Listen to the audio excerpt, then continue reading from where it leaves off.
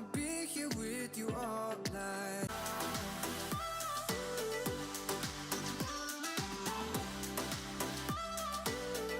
Can you hear me now?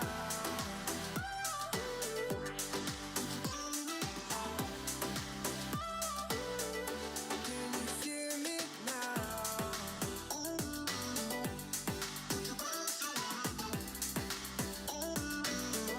Can you hear me now?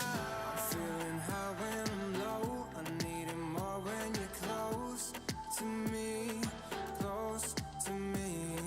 Close to me. Close to me. Close to me. Close to me. I'm broken when you're not around. Unspoken words I'm screaming out. Can you hear me? Can you hear me now? Now. Can you hear me now?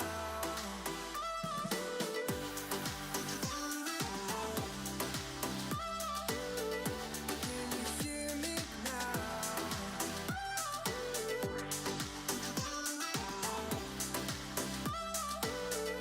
Can you hear me now?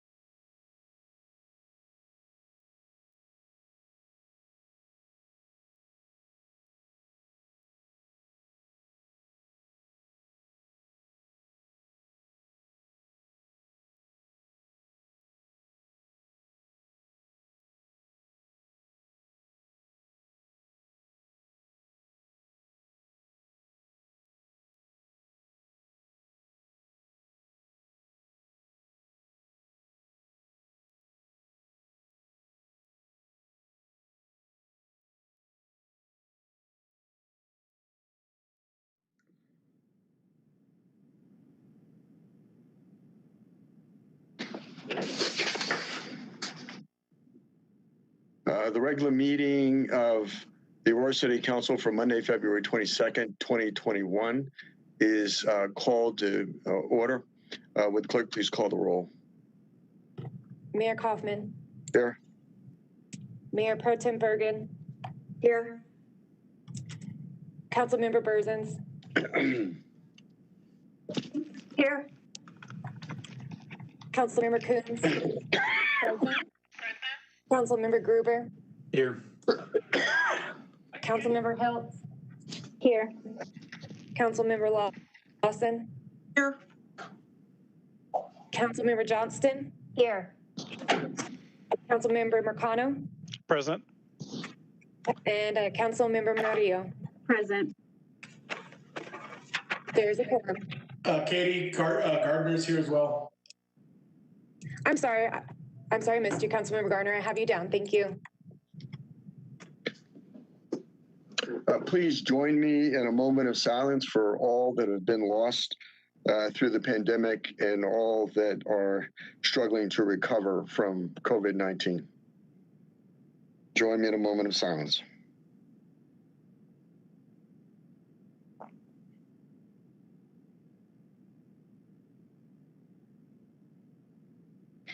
Please stand and join me in the Pledge of Allegiance. All right, Pledge of Allegiance to the flag of the United States of America and to the republic for which it stands, one nation, under God, indivisible, with liberty and justice for all.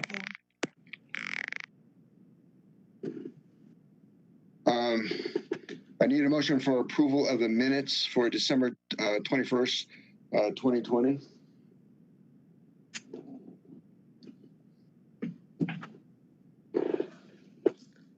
Motion. So moved, Dave Gruber. It's been moved by Dave Gruber, seconded by Councilmember Lawson. Mayor Pro Tem Bergen to approve the minutes for December 21st, 2020. Discussion? Yes, Mayor, I have a question. Councilmember Bergen. Thank you. Thank you. On December 21st, I'm pulling up my minutes. When we were talking about the people's group, I think there may be a typo. Let's see. Sorry, I wasn't ready. We were talking about it and it said, it's 9K. I'm sorry. Oh, yeah, 9K. It said that we were approving the $60,000 through December 31st of 2020. I believe it should have been 21. Is that correct? Or is it 2020 correct? Staff. It's on page 4. Yes, Councilmember, let me take a quick look at that and I'll get right back with you, okay? I tell you what, while we're waiting, I'm going to go forward and we'll come back to 5A. I'm going to go to 5B. I need a motion for the approval of the minutes from January 11th, 2021. So moved, Coombs. Moved by Councilmember Coombs, seconded by Bergen. Seconded by Mayor Pro Tem Bergen to approve the minutes from January 11th, 2021. Discussion? Seeing none, would the clerk please call the roll on the approval of the minutes from January 11th, 2021? Mayor Kaufman, Yes. Councilmember Berzins, Yes.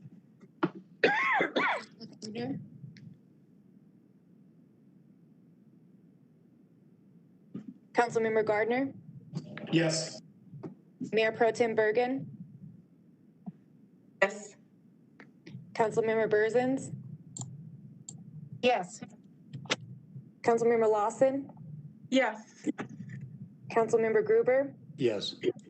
Councilmember Murillo, Yes. Councilmember Johnston, Yes. Councilmember Hiltz, Yes. Councilmember Marcano. Yes. The motion passed. While we're waiting, Coombs also a yes. okay, thank you. While we're waiting on 5A, I'd like to go ahead with the announcement for the call-in line.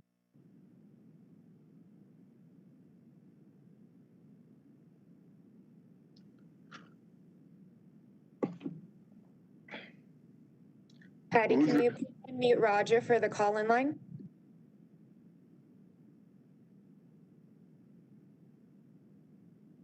The City Council welcomes feedback from residents at council meetings on both matters appearing on the agenda and during public invited to be heard. For those watching on Channel 8, please call 855-695-3475. And when connected, press *3 to get in the queue to speak. You will hear a prompt confirming you are in line to speak to an operator and then be able to continue listening to the meeting until the operator comes on to take down your name and the agenda item you wish to speak on. So please remember to press *3. We've had several folks press just 3 without a star, and that will not connect you to an operator. If you'd like to speak on a specific agenda item and have not already been screened, press *3 to sign up before the item is called by the clerk. And callers who did not sign up for public invited to be heard before 6:30 may still press star 3 to sign up and speak on non-agenda items at the end of the meeting. Thank you. Very well. Do we have the answer to the question on 5A raised by Councilmember Berzins? I am checking with staff to make sure Okay. that's correct. I don't want to say it is. Okay. And, okay. And Okay, then very well. Mayor, okay, thank you. Thank you. I have another question on this same, Okay. minute. Very And well. it's, thank you. And it's 10K when we were discussing the housing strategies. It shows me not opening my mouth, not saying anything. And I don't believe that's correct. I think I had quite a bit to say about that one. But it doesn't have any narrative for me. Okay, we'll go back through the transcript and I'll Okay. listen to it and make sure that that can be added for you. Okay, I'd like to delay 5A then for the next regular meeting. Is that possible, Clerk? Yes. Very well. Let's proceed then to 5C. I believe we did 5B. Am I correct? Then 5C. I need a motion to approve the minutes for January 25th, 2021. Mayor, I have a question. This is Councilmember Murillo. Councilmember Mario. Did we have an attachment for C and D? No, we didn't. Okay, so does that mean we didn't have minutes to approve? There are minutes that should have been in the packet. I'm not quite sure what happened there. I'm very sorry. If I knew that ahead of time, I would have attached that so we can move those to the next meeting if you would like. Yes, please. Very well. 5C and 5D will then move to the next meeting along with 5A. Proclamations and ceremonies, Black History Month.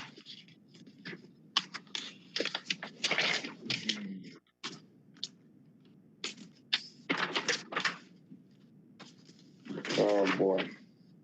Clerk, I don't believe I was given a hard copy of that resolution. Okay. Would you like me to read it out? Please. Would you like Mayor Pro Tem Bergen to read it? Mayor Pro Tem Bergen, do you have it as well? I do not. I think I emailed it to you a little bit ago, Mayor Pro Tem. Okay, let me see. What time did you email it? I printed everything. I don't have it. I can go back to my email. It's in our attachment. It's attached in our meeting, in our minutes.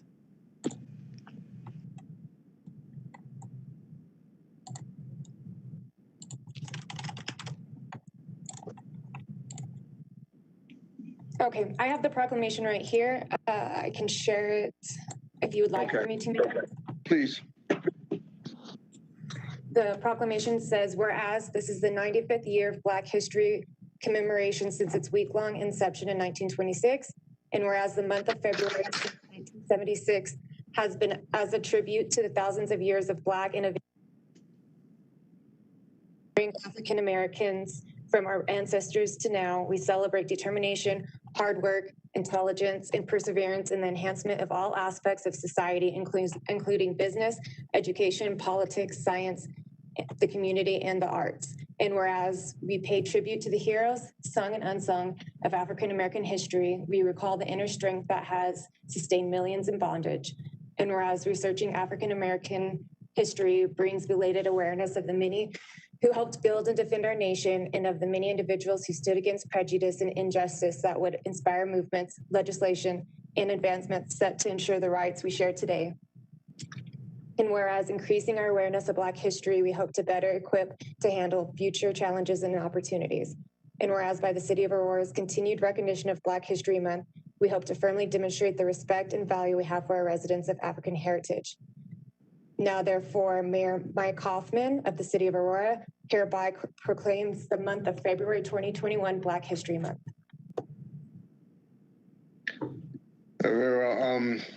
Public invited to be heard.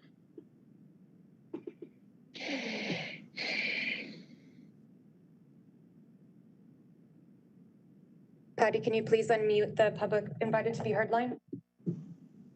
First speaker is Tara Joseph. You have 3 minutes. Go ahead. Good evening, members of the City Council.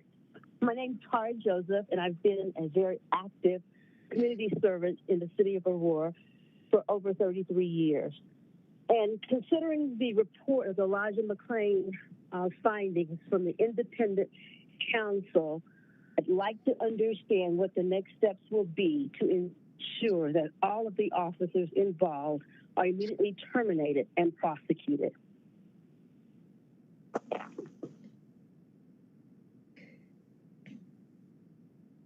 Thank you.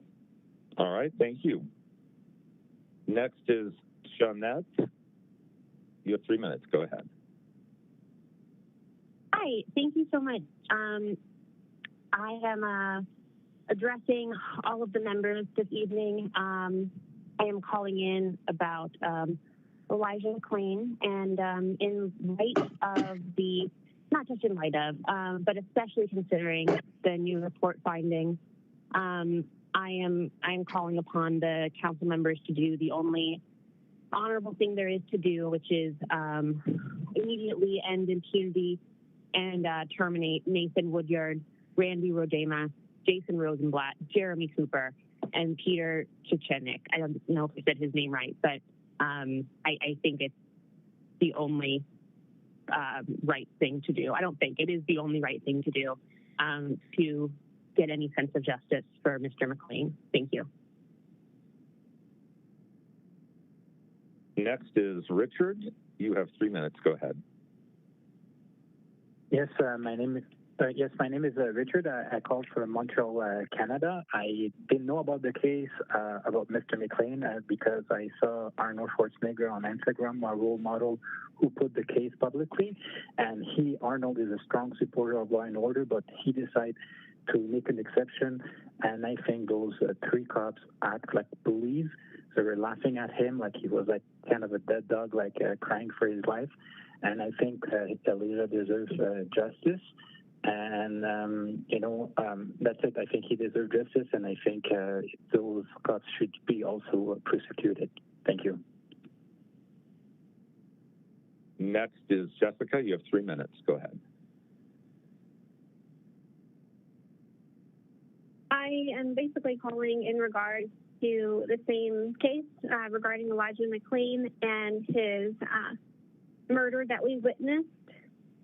If you've watched it, I mean, you know that what the police officers did and the paramedics did was inhumane, and it was not any sort of line of what we should see in policing. So I would love for those officers and those paramedics to be held accountable for their actions.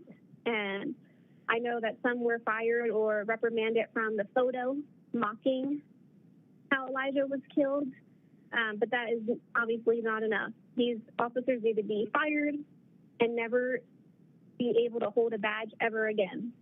Or if we want to respect officers and respect the job, we need to get the cops out that who are not honoring the job and doing their best to serve the community. For anyone to think that's okay, they should not be an officer. They should turn in their badge if they think that is okay. So in light of the new report that was completed independently, it's clear that the Aurora Police Department officers that were involved had no legal basis to stop, frisk, or choke Elijah McClain. And the paramedic failed to administer care to Elijah or even examine him before injecting him with ketamine, enough that you would give a horse. So these officers and paramedics need to be terminated if we want to have some respect of the Aurora Police Department. Thank you. Next speaker is Lisa. You have 3 minutes. Go ahead.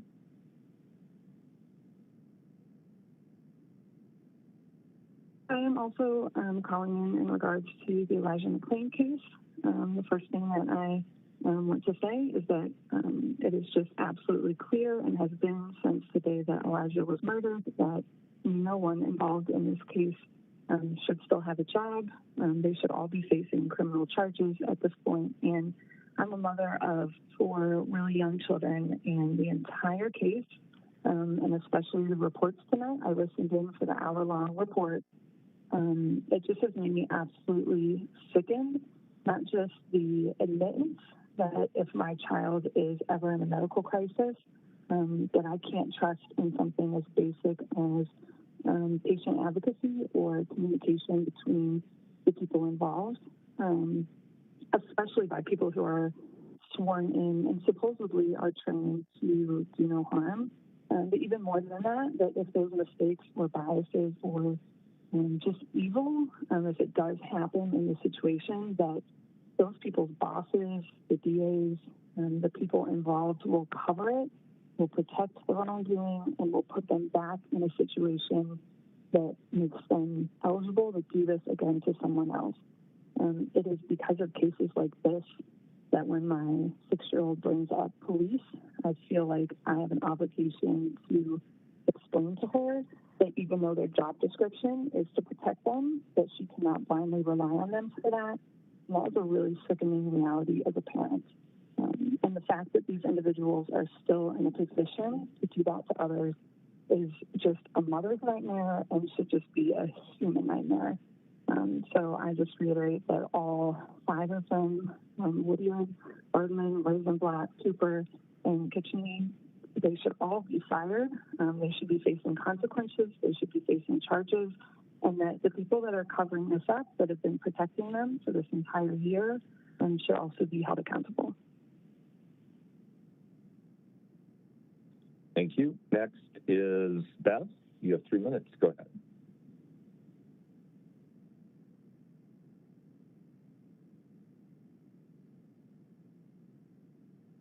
Beth, it is your turn. You have 3 minutes. Go ahead.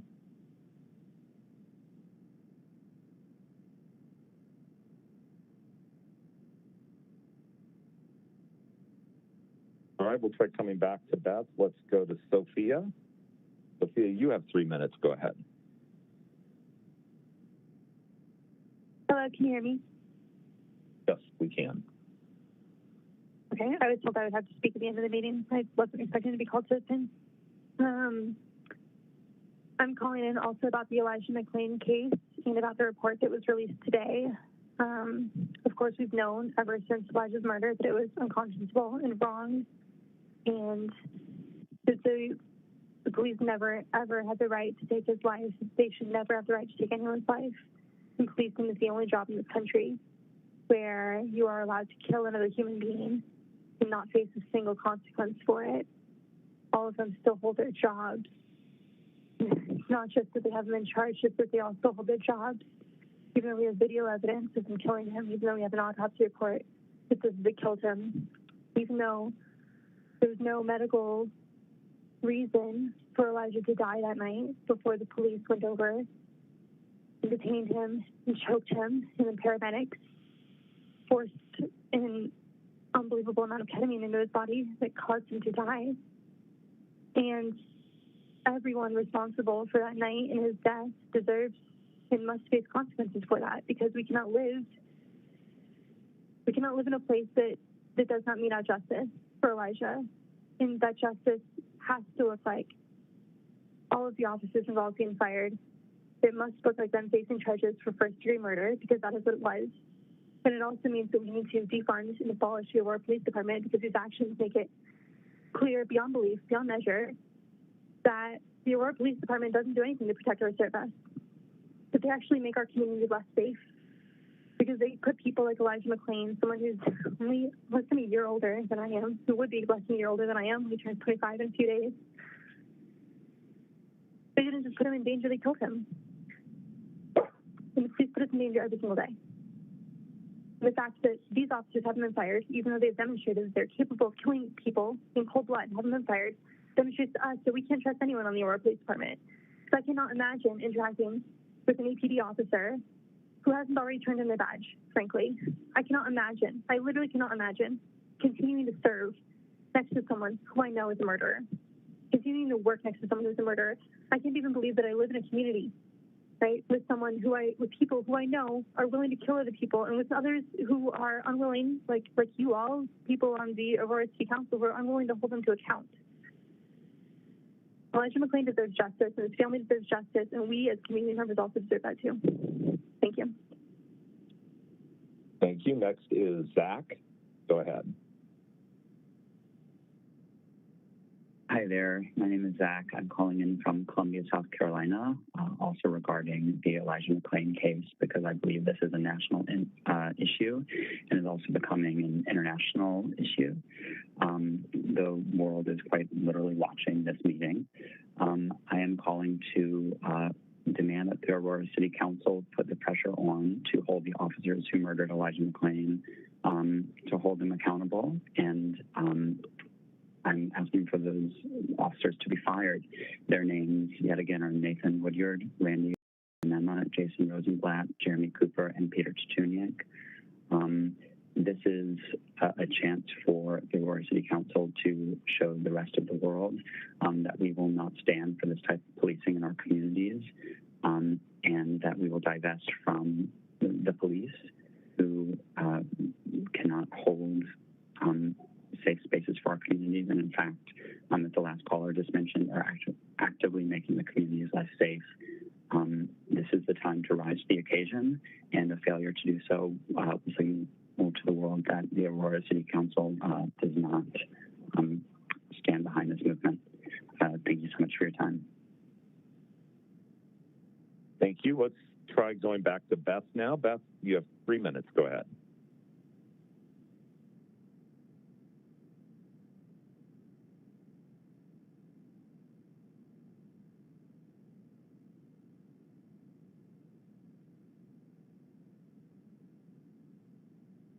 All right, Beth, we'll keep trying you. Coming back. Willie, you are next. You have 3 minutes. Hi, I'm calling about Elijah McClain, and I just want to make sure that we're all taking into account that with any other job, if a mistake of this magnitude is made, people are fired and changes are made at the top, and there's a change in culture in the workplace dynamic. And I hope y'all take these actions in the minimum. What Nathan Woodyard and Randy. One second. What Nathan Woodyard and Randy Rodema and Jason Rosenball and Jeremy Cooper and Peter, I don't know how to say his last name, what those people did is just terrible, and it should not go for in our society. And y'all as city council members of Aurora owe us better than this.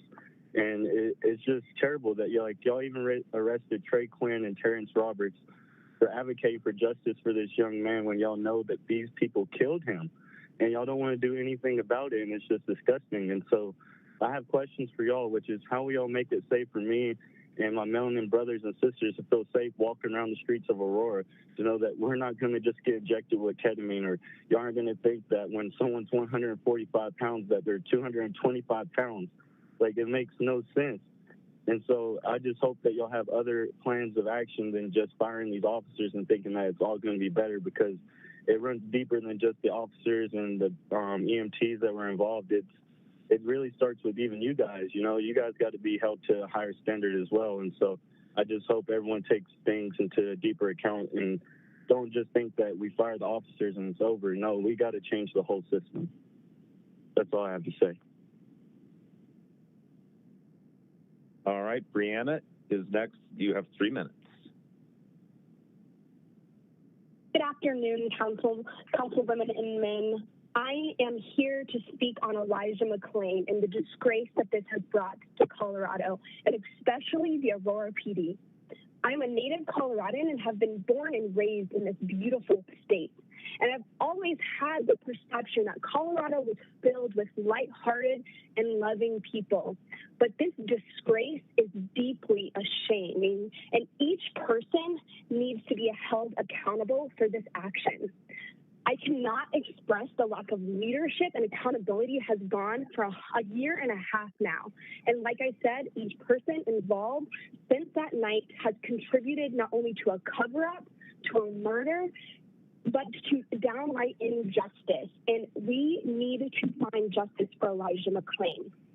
For the 911 call to have come in and clearly stated that Elijah did not have a weapon and does not seem to be harmful, these officers had absolutely no right to stop and frisk him, to hold him in a chokehold, and to administer a drug into his body.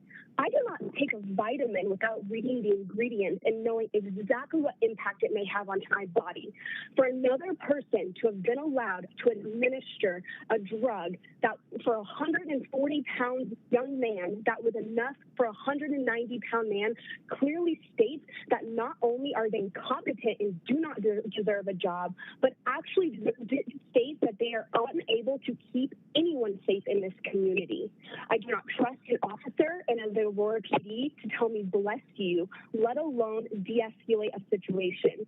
If you do not take this time to invest in the community, invest in training for your officers, and I'm not talking about some diversity training that they sit in and check a box off. I'm talking about genuine training where they go in and learn about their community, then you have failed. You need to invest in better schooling. We are wasting our money, spending my taxpayer dollars are going to this a broken down system, and it is a disgrace. I'm ashamed, I'm disgusted, and I absolutely demand that these officers, Nathan Woodyard, Randy Rodema, Jason Rosenbelt, Jeremy Cooper, and Petey Chinook are fired immediately, which should have happened a year and a half ago. The fact that they have not been fired, are you kidding me? Are you joking? Like, this is unbelievable. And not only do they need to be fired because of the embarrassment that they have not already been, they need to be indicted on a crime of murder.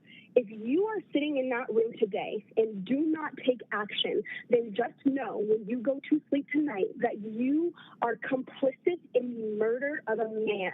You have taken a soul off of this earth if you do not take action and bring justice for Elijah McClain. You should feel Your deep 3 minutes down are shame up. if you. I demand justice. Thank you. All right, Ryan is next. Ryan, you have 3 minutes. Hi, my name is Ryan. I'm from Aurora. I've lived in Colorado almost all my life. First off, I want to say I'm glad that this investigation, this new report, this independent investigation into Elijah McClain's death happened. Maybe for Dave Gruber, I'm not sure if he read it, racist asshole.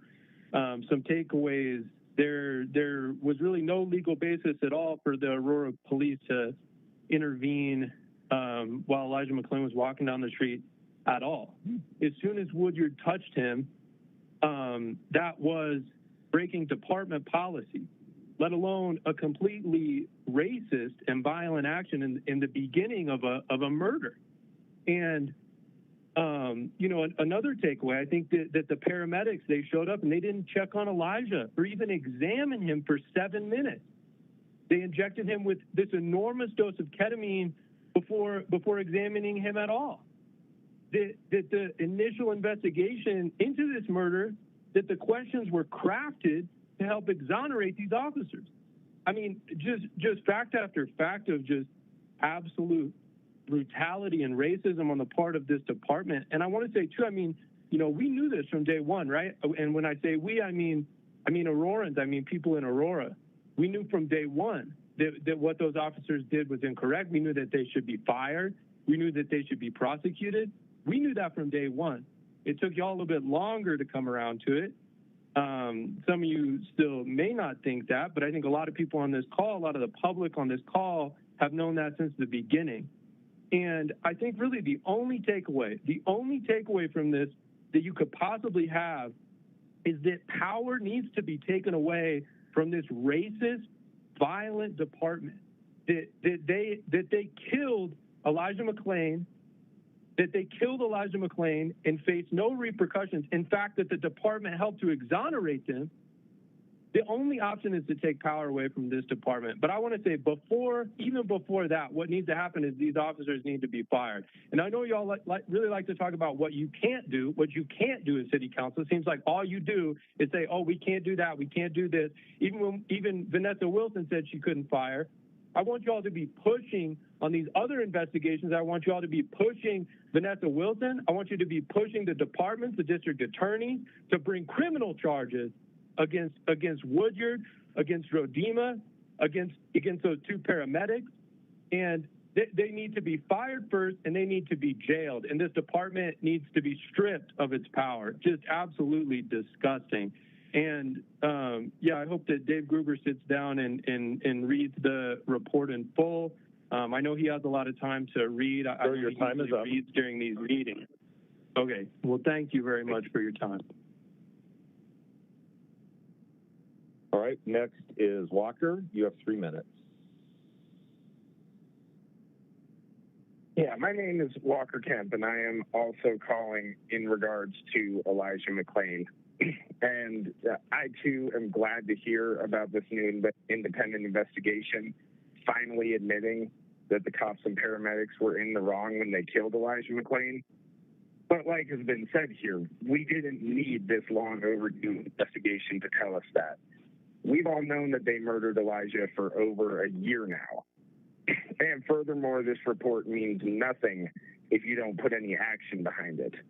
Every single officer and paramedic involved in Elijah McClain's death needs to be fired and prosecuted now. There are just no more excuses. That's all. Thank you. All right, thank you. Our last speaker is Eliza. You have 3 minutes.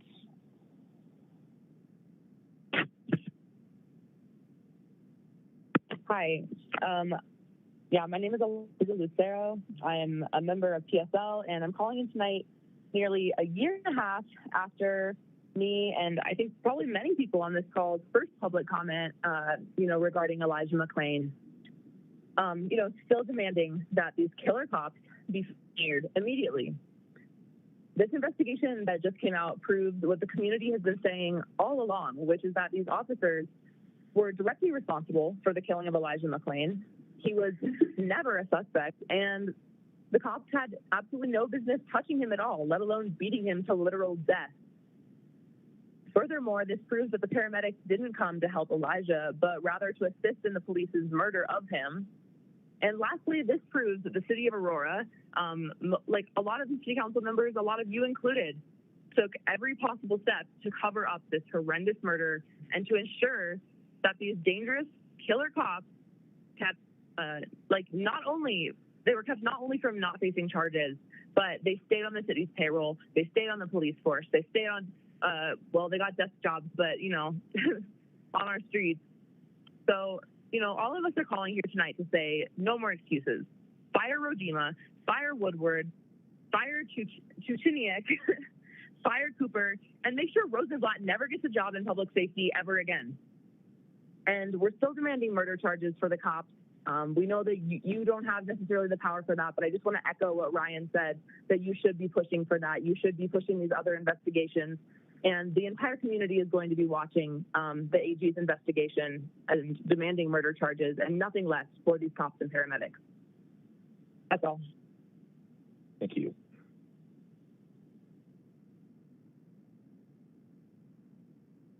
That is everyone in line at this point.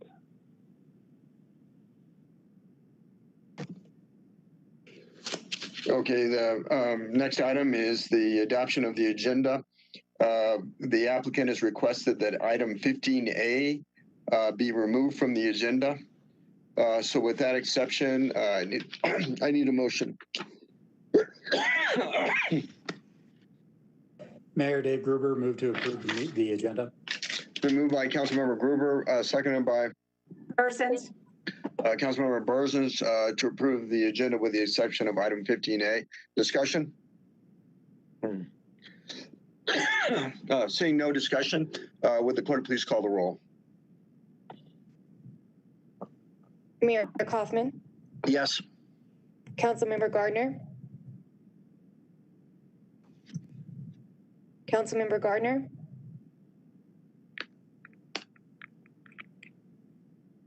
Councilmember Burzins, Yes. Councilmember Johnston, Yes.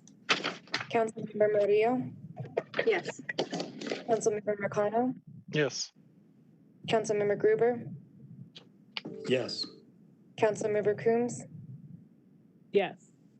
Mayor Pro Tem Bergen, Yes. Councilmember Lawson, Yes. Councilmember Hill, Yes. Councilmember Gardner,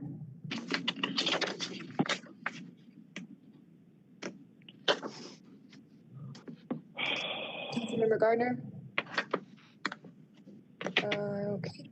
The motion passed. Will the clerk now please read the title of item number 8A? Reconsideration of Resolution 2020-24 to suspend certain council rules. Motion? Mayor, so moved. It's been moved by Councilmember Marcano, seconded by Councilmember Burzins to approve item number 8A. Will the clerk please call the roll? Is discussion? Will the clerk please call the roll? Councilmember Lawson? Yes. Councilmember Johnston? Yes. Councilmember Marcano? Yes. Councilmember Coombs? Yes. Councilmember Gruber? Yes. Mayor Pro Tem Bergen? Yes. Councilmember Burzins? Yes. Councilmember Gardner? Councilmember Gardner, are you there?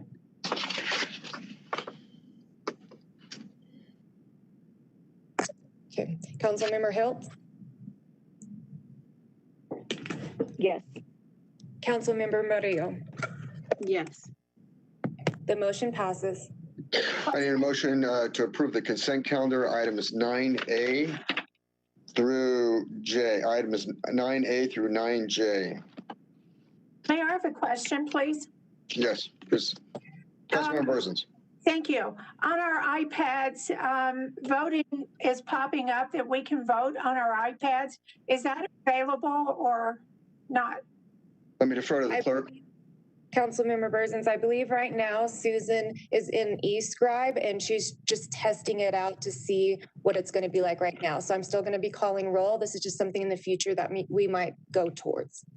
To help her out, should we vote on there so she'll know if it's working or not? Yes, that would be great if you could do that. Thank you. Okay, thanks. But also answer the roll. Okay, the question before us is the adoption of the consent calendar, item 9A through 9G. I need a motion. Okay, Burzins. It's been moved by Councilmember Burzins, seconded by? Coombs. Okay. Sorry? Seconded by Councilmember Coombs? Yep. To approve the consent calendar items 9A through 9G. Discussion? Mayor, I do want to pull off 9D. So if we can amend the motion to say 9G with the exception of, or 9A through G with the exception of 9D. Is there objection for moving 9B from the consent calendar? Seeing none, then? Mayor, D, not B. Oh, D. Okay. Is there any objection for moving 9D from the consent calendar? Seeing none, discussion? Seeing none, the question before us is... Sorry. Yeah, Councilmember Coombs. Unmute. I just wanted to ask for a brief presentation from staff on 9D. Well, let's vote. You were going to vote on that next. Okay. Right. Okay, sorry. Okay. Further discussion on the adoption of the consent calendar items 9A through 9J with the exception of 9D. Seeing none, the question before us is the adoption of the consent calendar items 9A through 9G with the exception of 9D. Would the clerk please call the roll? Mayor Kaufman? Yes. Mayor Pro Tem Bergen? Yes. Councilmember Burzins? Yes. Councilmember Gruber? Yes. Councilmember Hilt? Yes. Councilmember Murillo? Yes. Councilmember Marcano? Yes. Councilmember Lawson? Yes. Councilmember Coombs? Yes. Councilmember Johnston? Yes. And Councilmember Gardner? The motion passes. Will the clerk now please read the title of item number 9D? Item 9D is consideration to amend unsolicited contract to Tetra Tech Inc., Denver, Colorado, an amount of $5,739,763 for providing professional engineering services for the feasibility design and permitting support for Wild Horse Dam and Reservoir. Motion. Motion. Mayor, move to approve 9D. Moved by Councilmember Coombs, seconded by? Second, Marcano. Seconded by Councilmember Marcano to approve item number 9D. Discussion? Mayor, can I just ask for a brief presentation from staff for the benefit of the public? Presentation from staff. Good evening, Mayor and City Council. Can you hear me okay? Very good. So this item is the second phase of design for the Wild Horse Reservoir. In our integrated water master plan that we put together in 2016, it identified the need for additional water storage. And so this project has been in the works for quite some time. And we did an initial feasibility design over the last year to make sure that there weren't any fatal flaws for the site that's been selected, which is in Park County, close to the town of Hartselle. This phase of the design is to further investigate some of the geotech around the site to ensure that the size of the reservoir that's been established and the location doesn't have any more fatal flaws associated with the geotech, be that subsurface where there might be water loss or faults or those types of things. And so there's a significant amount of additional subsurface investigation. And then we also do a feasibility for the actual dam design. So the type of dam, the sizes of the dams, and then kind of a basic general spillways and some of those other pieces of infrastructure related to the reservoir. And then the result is a feasibility report to move into final design and construction of the dam.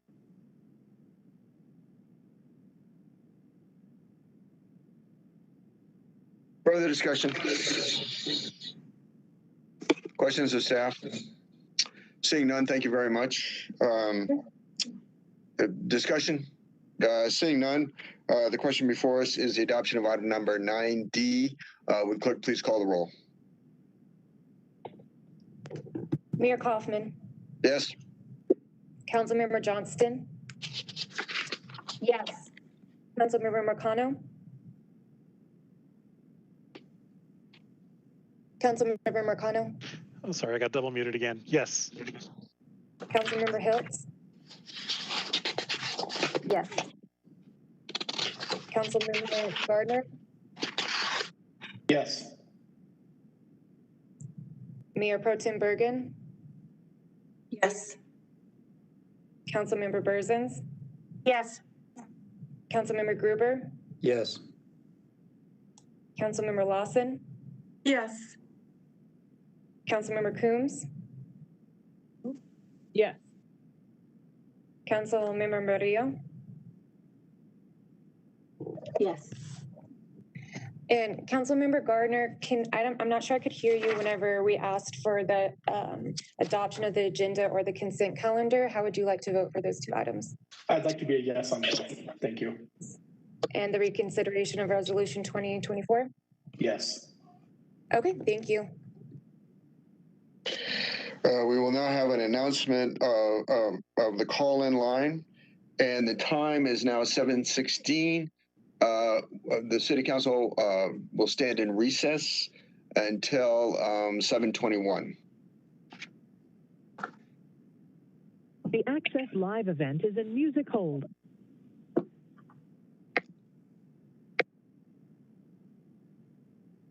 Music hold ended. Residents who would like to speak on a resolution or ordinance and have not already been screened, please press *3 before the item is called by the clerk. For those watching on Channel 8, please call 855-695-3475 to be connected, and then press *3. Don't forget the star. You won't get connected to an operator. Council will take a short break to allow for any additional speakers to sign up. Again, please be patient and stay on the line until the operator is able to take down your information. As long as you hear a prompt after pressing *3 and can still hear either the music hold or the meeting in progress, you are in line to speak to an operator.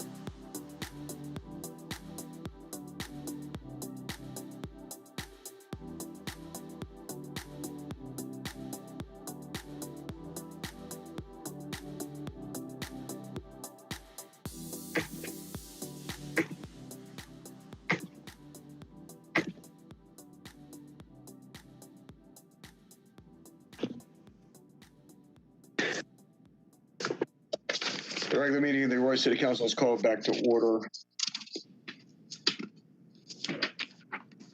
Will the clerk please read the title of item number 10A?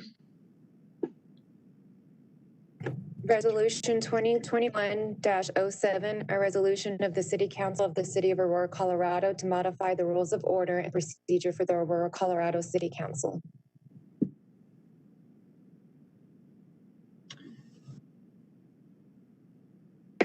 Motion. Mayor, Councilmember Lawson. I'd like to give a motion to 10A, please. That's been moved by Councilmember Lawson, seconded by Bergen. Mayor Pro Tem Bergen to approve item number 10A. Discussion. Berzins. Councilmember Berzins.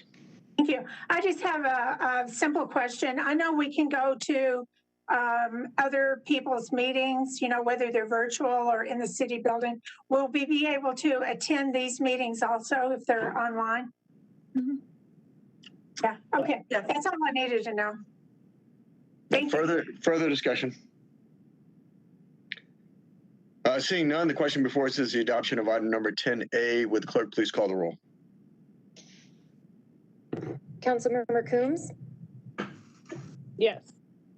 Councilmember Johnston? Yes. Councilmember Hiltz? Yes. Councilmember Lawson? Yes. Councilmember Marcano? Yes. Councilmember Berzins? Yes. Mayor Pro Tem Bergen? Yes. Councilmember Gardner? Yes. Councilmember Murillo? Yes. Councilmember Gruber? Yes. The motion passes. Will the clerk now please read the title of item number 10B? Resolution 2021-08, a resolution of the City Council of the City of Aurora, Colorado to modify the rules of order and procedure for the Aurora, Colorado City Council. These are administrative changes.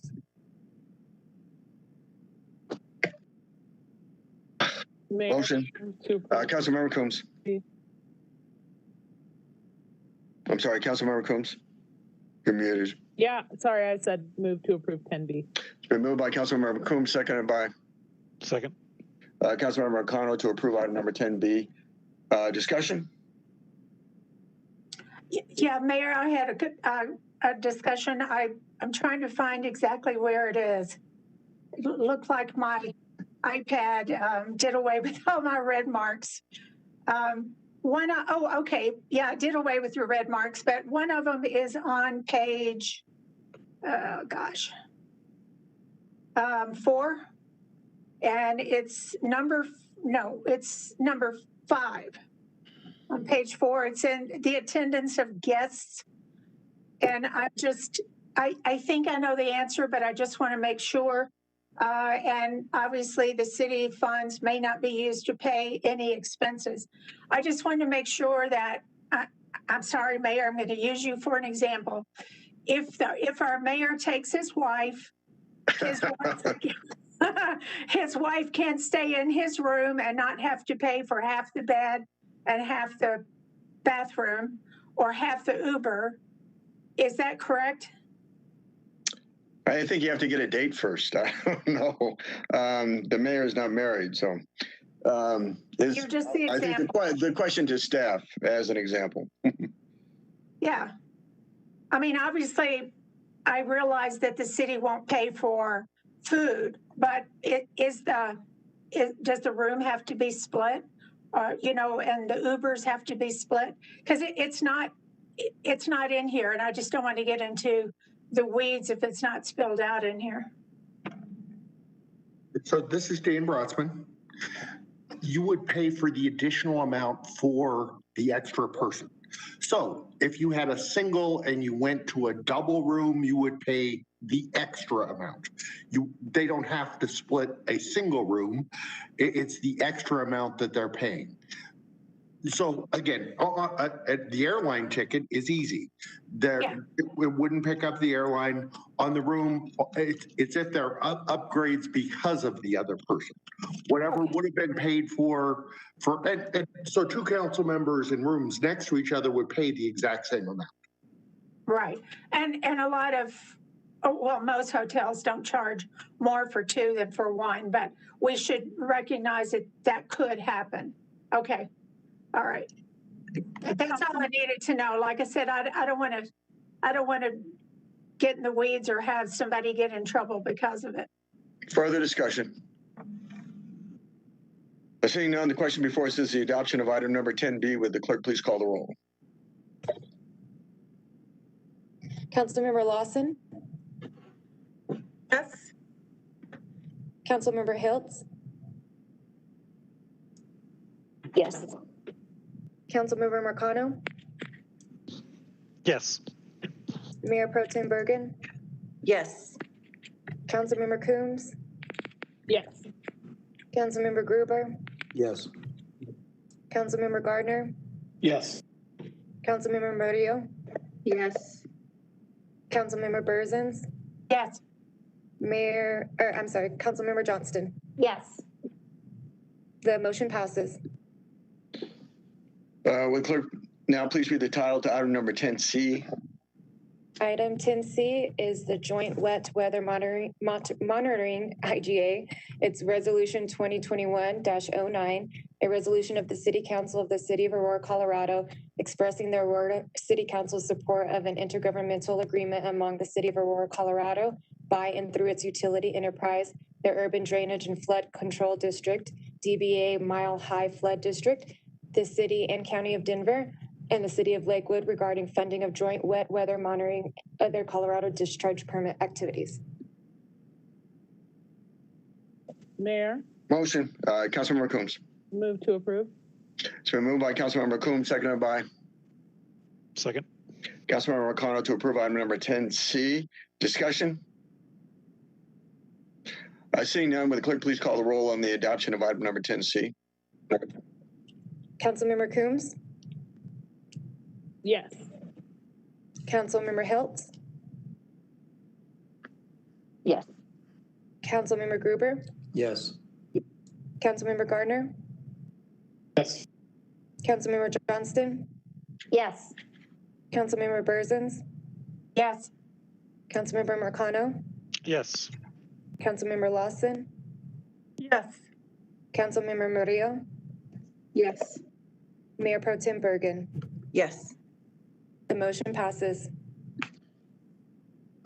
Would the clerk now please read the title of item number 13A?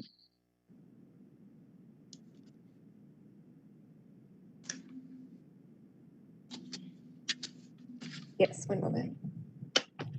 I think, Did you I'm want to sorry, do we have, yes, let's take, we'll have another announcement of a call-in line. The time is now 7:29. Council will stand in recess until 7:34. Residents who would like to speak on an ordinance and have not already been screened, please press *3 before the item is called by the clerk. For those watching on Channel 8, please call 855-695-3475 to be connected, and then press *3. Council is taking a short 5-minute break to allow for any additional speakers to sign up. Again, be patient and stay on the line until the operator is able to take down your information. As long as you heard the prompt after pressing *3 and can either hear music or the meeting in progress, you are in line to speak to an operator.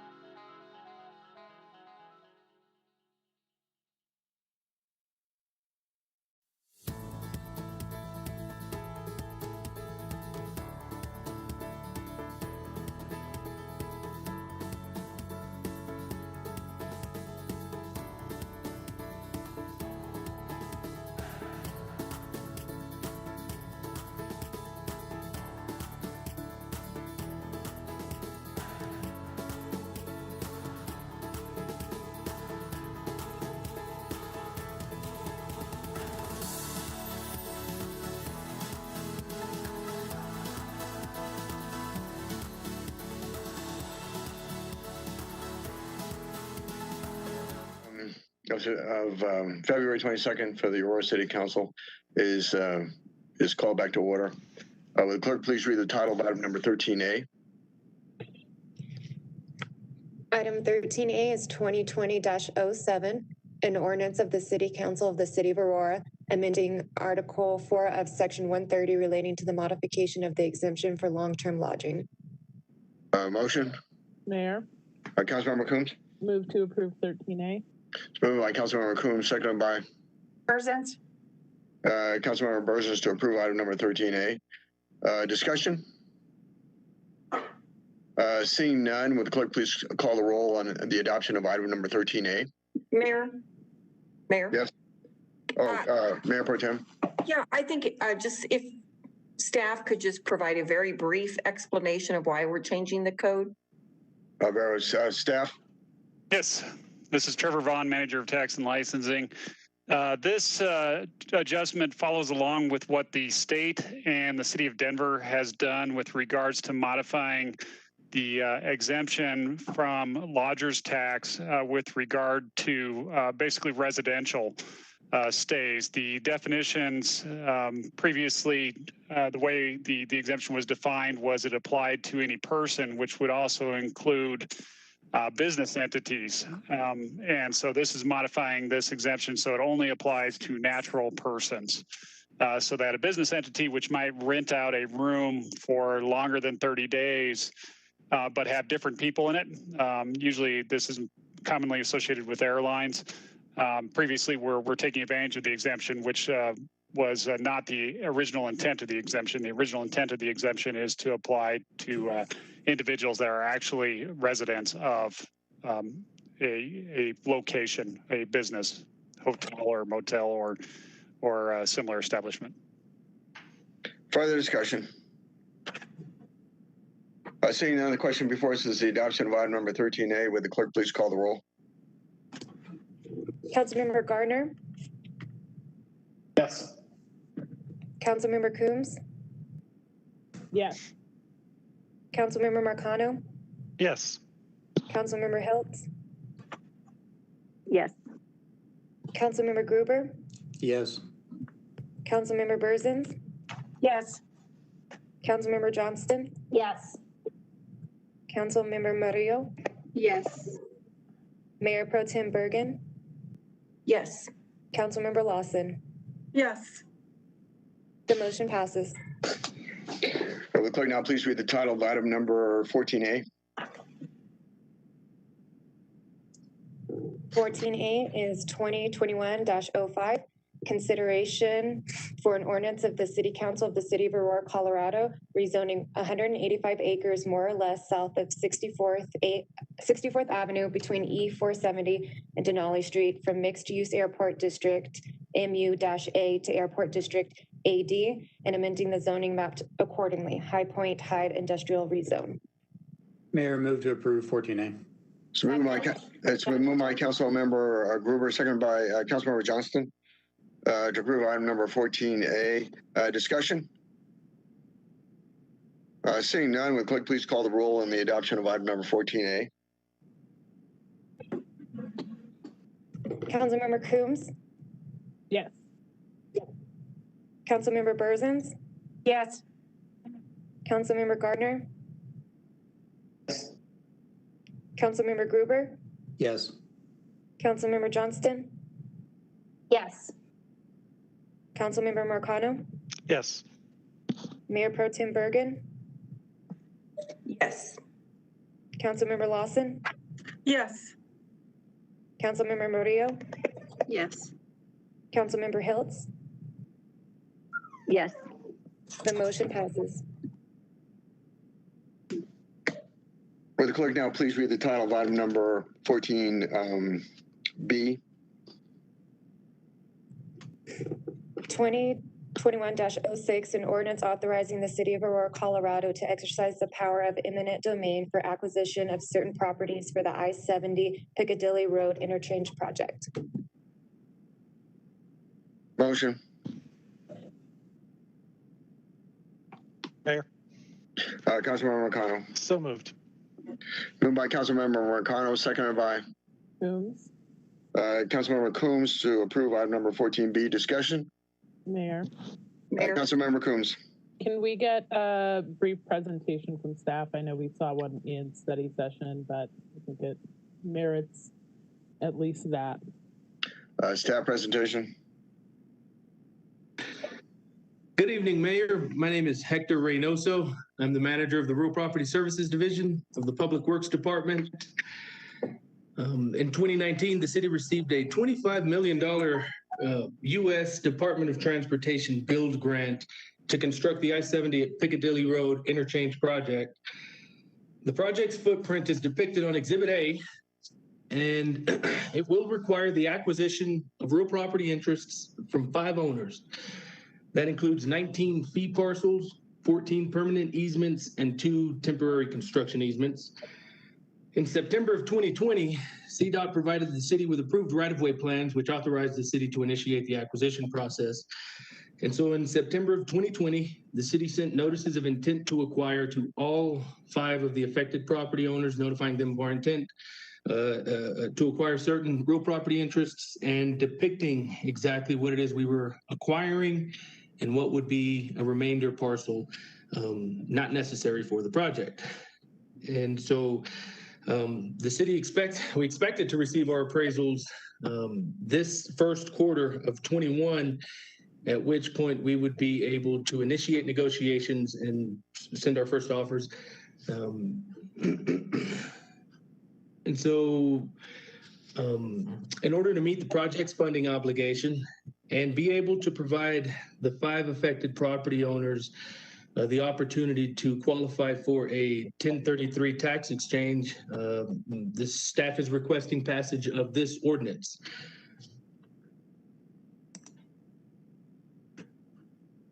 And, you know, as a last resort and in order to meet the funding obligation deadline, we may need to acquire some interests by eminent domain. Please rest assured, staff will not proceed with any filing of any actions until after we've spoken with council. Staff? Seeing none, further discussion? Seeing none, the question before us is the adoption of item number 14B. Would the clerk please call the roll? Councilmember Berzins? Yes. Councilmember Murillo? Yes. Councilmember Johnston? Yes. Councilmember Gruber? Yes. Councilmember Gardner? Yes. Councilmember Hiltz? Yes. Councilmember Mercano? Yes. Councilmember Coombs? Yes. Councilmember Lawson? Yes. Mayor Pro Tem Bergen? Yes. The item passes. Still at work. Let me call you right back. All right, bye. Staff, please mute their line. Will clerk now please read the title of item number 14C?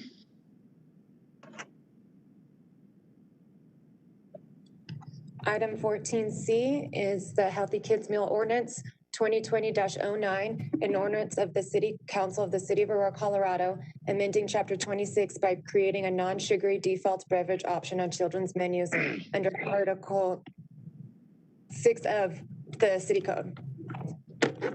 Mayor? Member Lawson. Mayor, I would like to request a postponement of 14C of the second reading of this ordinance with the request to continue to matter with the tentative date set for June 14th, 2021. Is there any objection? Seeing none, so ordered. Clerk, now please read the title of item number 15A. Okay, 15A is the call-up of a decision by the Planning and Zoning Commission, which unanimously approved an oil and gas location applied for by the GMT Exploration Company.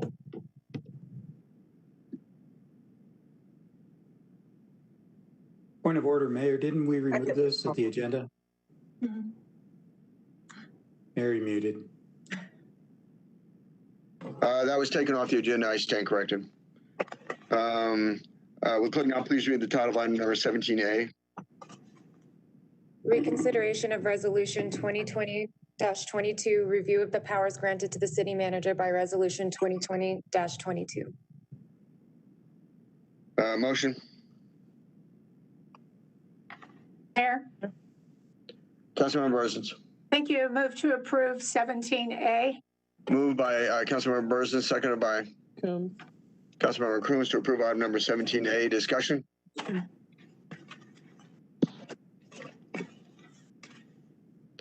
Seeing none, will the clerk now please call the roll on the adoption of item number 17A.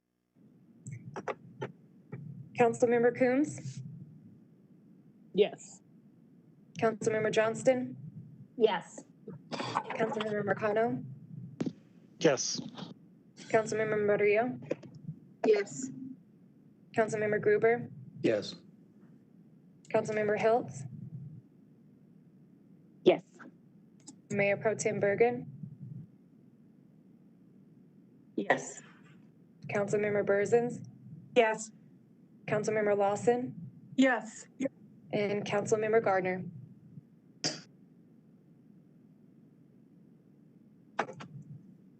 Councilmember Gardner, Yes. the motion passes. The time is now 7:45. I'd like to take a 5-minute recess. We will reconvene at 5:51. Council is now in recess.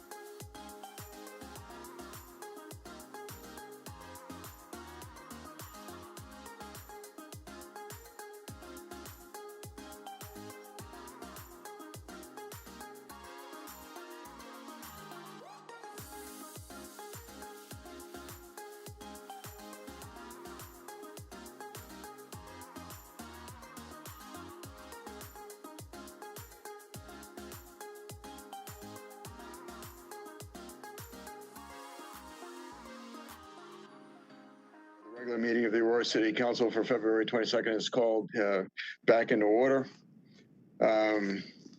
With the clerk, now please read the title. We are now into deciding on the appointments for the Civil Service Commission. We have 2 appointments. Each member of council can choose 2. Would the clerk please read the rules? So item 18A is the consideration to appoint 2 members to the Civil Service Commission. And the process that was approved by the City Attorney's Office will be that I will tally the votes received for each candidate and announce them after I do roll call with each council member. And you're going to give me your top 2 candidates. If there are 2 candidates that receive 6 or more votes, then the mayor will ask for a motion and second to appoint those 2 candidates to the Civil Service Commission per Appendix F of the council rules. If there is not 1 or 2 candidates who receive 6 or more votes, the candidate with the fewest votes will be removed and the 4 remaining candidates will be voted on again. Council will be asked for their top 2 candidates from the 4 remaining. This process will continue until there are 2 candidates with 6 or more votes. Are there any questions? Oh, I'm sorry. No, please proceed. I'm sorry. For section 5-2 of the charter, we ask that council members refrain from abstaining on any vote. Are there any questions of council members? Seeing none, will the clerk please call the roll? For council members, please give the top 2 candidates. Mayor Kaufman? Let's see, I'm sorry. Brooke Gabrielli and Harold Johnson. Mayor Pro Tem Bergen? Brooke Gabrielli and Harold Johnson. Councilmember Berzins? Wow. Brooke and Harold Johnson. Councilmember Coombs? Harold Johnson and Eric Mulder. Councilmember Gardner? Brooke Gabrielli and Harold Johnson. Councilmember Gruber? Brooke Gabrielli and Harold Johnson. Councilmember Hiltz? Harold Johnson and Brooke Gabrielli. Councilmember Johnston? Harold Johnson and Brooke Gabrielli. Councilmember Lawson? Brooke Gabrielli and Harold Johnson. Councilmember Marcano? Eric Mulder and Harold Johnson. Councilmember Murillo? Harold Johnson and Eric Mulder. Okay, that is 8 votes for Brooke Gabrielli, 11 for Harold Johnson, and 3 for Eric Mulder. Do we have a motion for Brooke Gabrielli and Harold Johnson for the 2 commissioners? Yes, motion to appoint Brooke Gabrielli and Harold Johnson. It's moved by Mayor Pro Tem Bergen, seconded by Dave Gruber. Seconded by Councilmember Gruber to approve the names of Harold Johnson and Brooke Gabrielli to the Civil Service Commission. Discussion? Seeing none, will the clerk please call the roll on the appointment of Brooke Gabrielli and Harold Johnson to the Civil Service Commission? Mayor Kaufman? Yes. Councilmember Lawson? Yes. Councilmember Johnston? Yes. Councilmember Coombs? Yes. Councilmember Berzins? Yes. Councilmember Gruber? Yes. Councilmember Gardner? Yes. Councilmember Hiltz? Yes. Councilmember Marcano? Yes. Councilmember Murillo? Yes. Mayor Pro Tem Bergen? Yes. The motion passes. Clerk, now please read the title of item number 18B. Consideration to appoint 5 members to the Aurora Immigrant and Refugee Commission.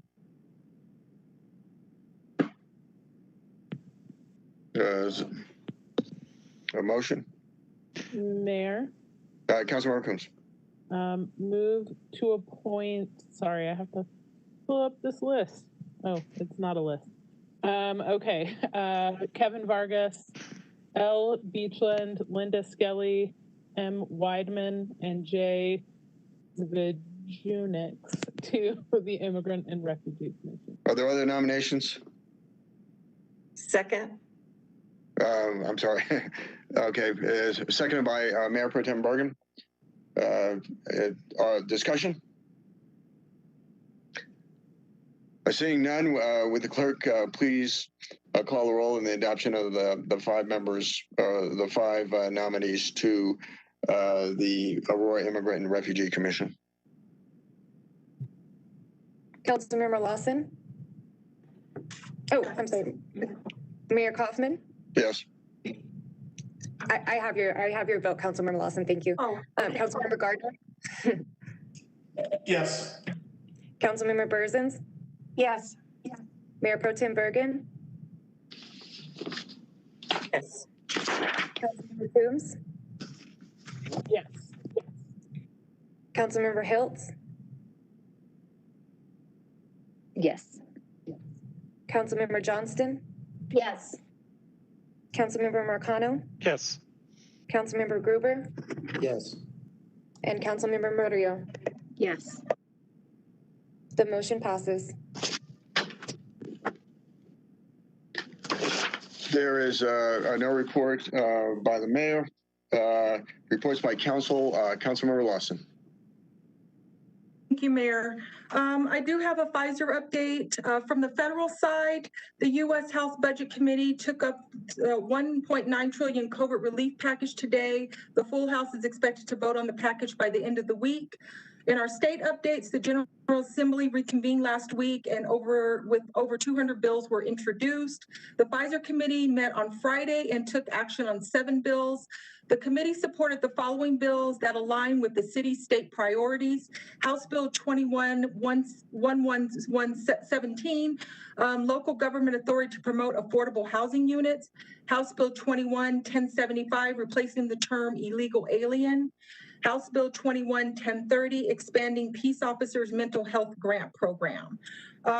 For the RTD Reimagine RTD will be reconvening again on March 11th. So I'll be bringing a report regarding that once we start meeting again, which is on March 11th. And just Mayor, just for Black History Month, I just want to just say that I would not be here today, and I do want to acknowledge Edna Mosley. She was one of Aurora's first African-American city council members, and I wouldn't be remiss if I did not mention her. She has basically been the staple. She was the first African-American on this council, and to be able to follow her in her footsteps, I think that that's something to be acknowledged in Aurora and also on this city council. So thank you for letting me initiate that Black History moment today. Thank you. And I would like to mention Dr. Barbara Shannon Bannister, who is one of our appointees on the Civil Service Commission, who founded the Aurora chapter of the NAACP and worked for the city of Aurora for 36 years, ending up in charge of our community relations division. And as an African-American, did so much for our city. Councilmember Gruber. No report.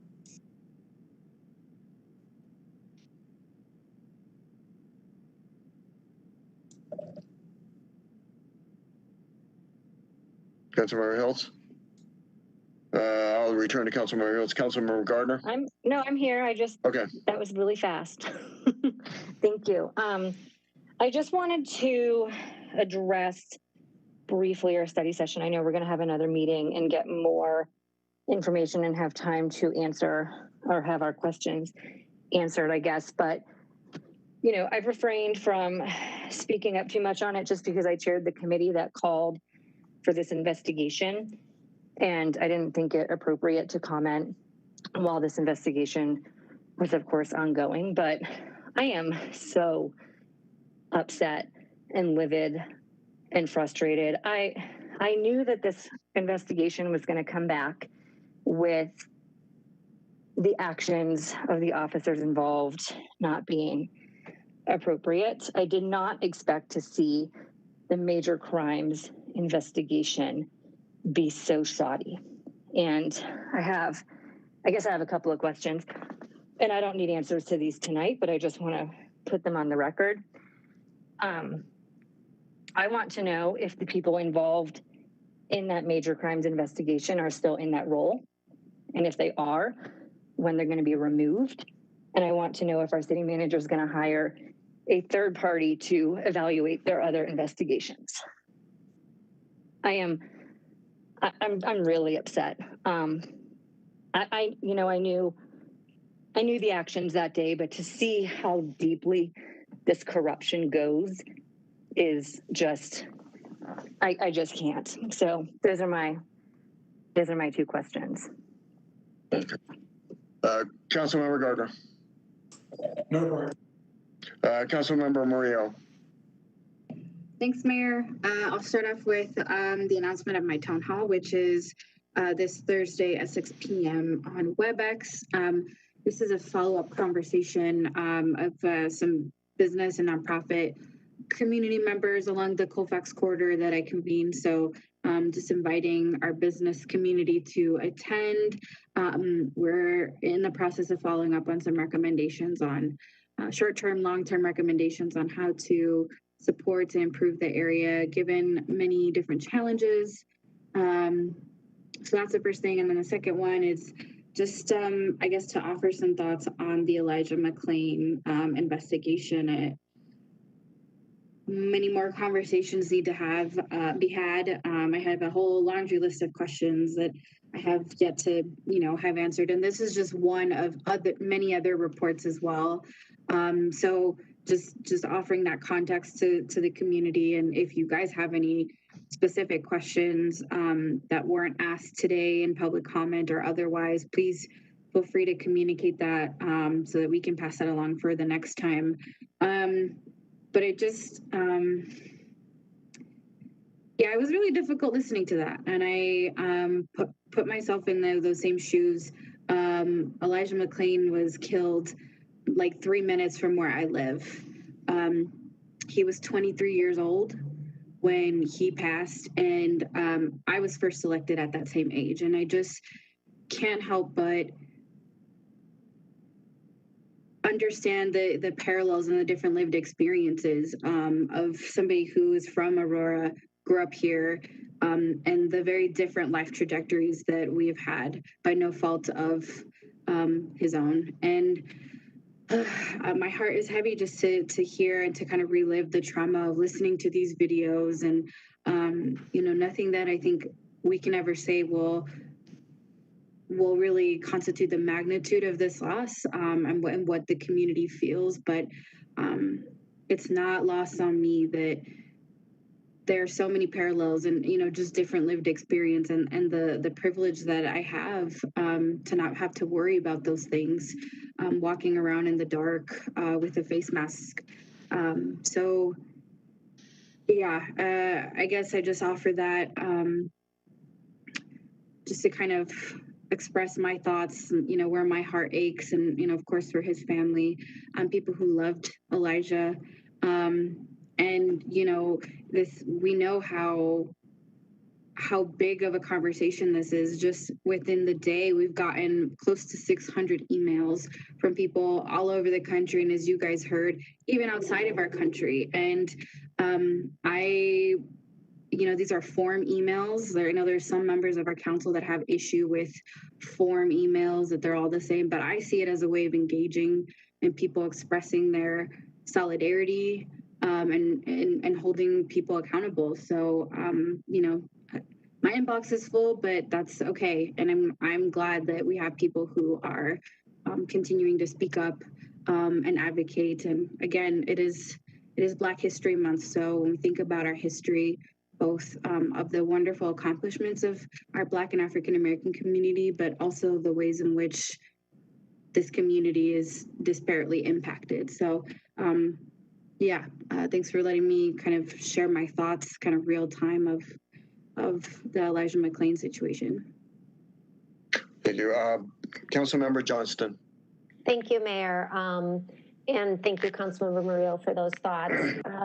I'd like to talk for anyone who's listening and wants more information on the independent report released today. You can go to auroragov.org and it is on our homepage.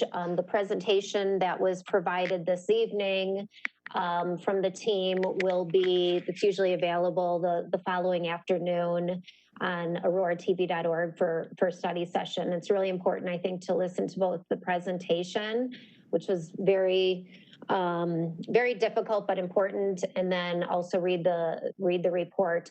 I do want to mention, obviously, there's lots of different pieces to the many reforms that we have taken and need to take. The independent oversight that the Community Police Task Force has been working on is wrapping that up and will be presented to the City Council in March. And then we also have the 21 CP Solutions that are doing a comprehensive review of APD's practices and policies and procedures that will be presented to the public and council this spring. We don't have an exact date. So lots of information out there. Please go to our website for more, and then let us know, email us. We are going to continue asking questions since we didn't have that opportunity tonight. And we want to hear from you as the public of what we need to ask and be part of this process. Thank you. Councilmember Burzins. Thank you. Councilmember Burzins. I had to unmute. And I want to thank Councilmember Lawson for mentioning Edna Mosley. I did not know her, but I know her daughter, and her daughter lives in Ward 3. And if Edna was as nice as her daughter, she was a really fine person. So thank you for mentioning that. And then, Mayor, you mentioned Barbara Shannon Bannister. I have worked with her for years on council, but I've also worked with her for years on the board of Aurora Mental Health. And I can tell you she's a hard worker and she believes in people. And so I'm just happy that I know Edna's daughter and Barbara Shannon Bannister, because they're wonderful folks. Okay, that's what I want to say on that. I do want to remind people in Ward 3 that we do have our March ward meeting virtual, and it's going to be on the second Wednesday, and that will be the 10th, 6:30 to 8. And we do have the group coming to present about the Havana traffic study, and so they'll be here. So look online under Ward 3 to get the link. So you can call in or either join us online for our virtual meeting. The next thing is Dan Brotsman's going to make me go through the procedure to ask you to change one of the dates on our calendar. I think this is like the 4th time I've mentioned this. For the Accelerate Colorado trip, it is still on, hasn't been canceled yet, and it is scheduled to leave Denver on July the 26th. That is Monday. So I will be proposing, and according to legal, I cannot do it tonight. I can only tell you what I'm going to do next meeting. I'm going to propose that our council meeting scheduled for July the 26th be put on July 29th. So we will have study session and council meeting on the same date like we have for years and years and years.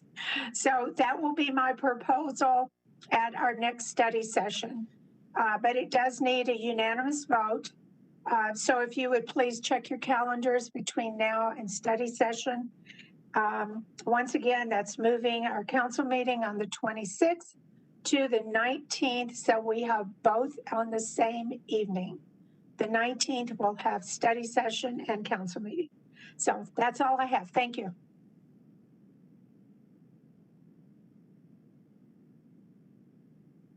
Elected to the Aurora City Council, and her husband, John Mosley, was a member of the storied Tuskegee Airmen. So extraordinary history in the city of Aurora with both of them. Councilmember Marcano.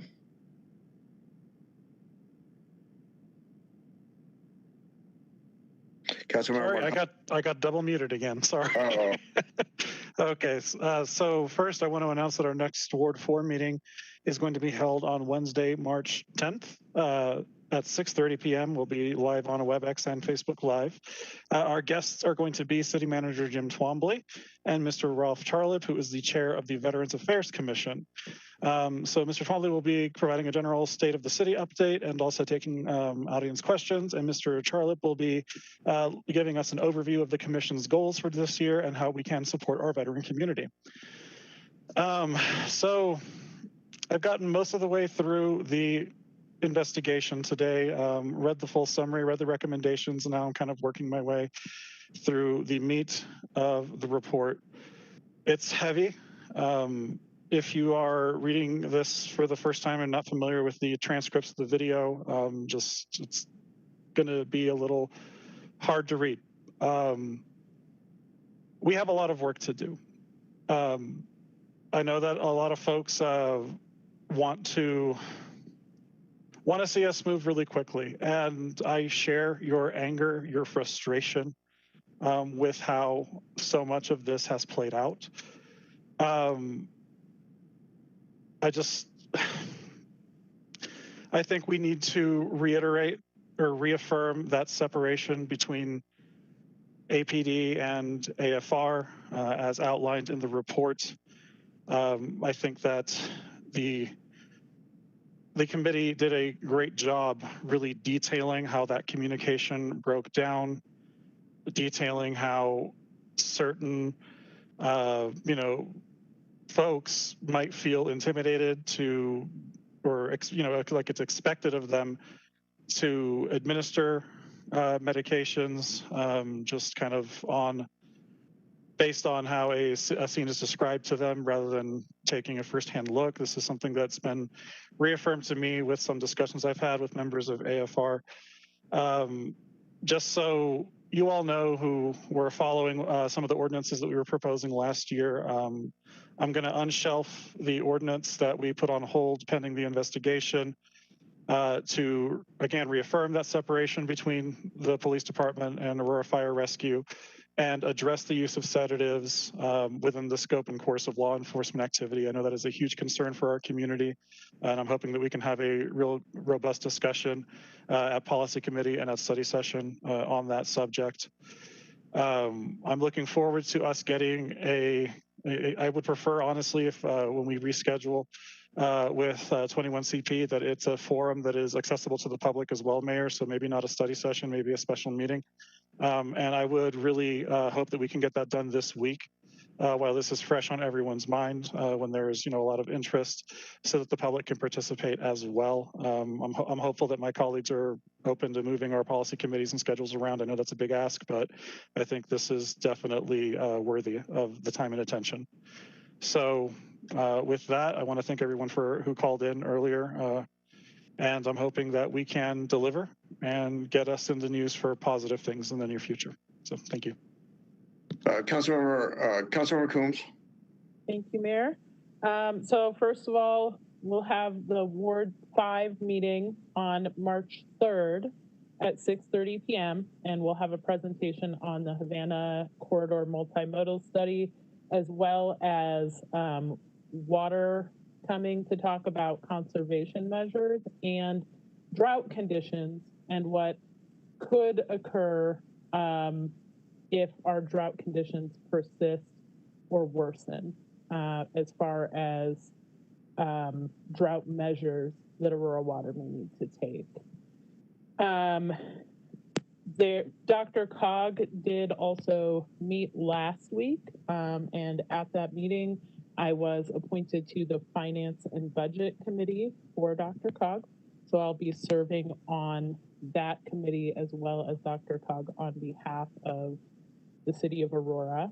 The Cherry Creek Basin Water Quality Authority met last week, and we had a conversation about the fire that occurred in Cherry Creek State Park.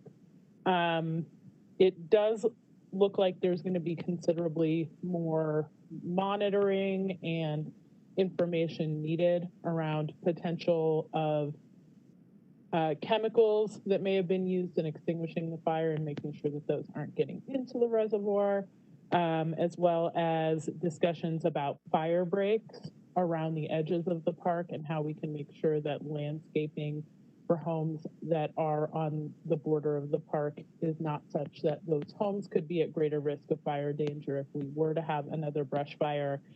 And then they do not have major concerns about the burned material leaching into the reservoir because it was a pretty quick fire.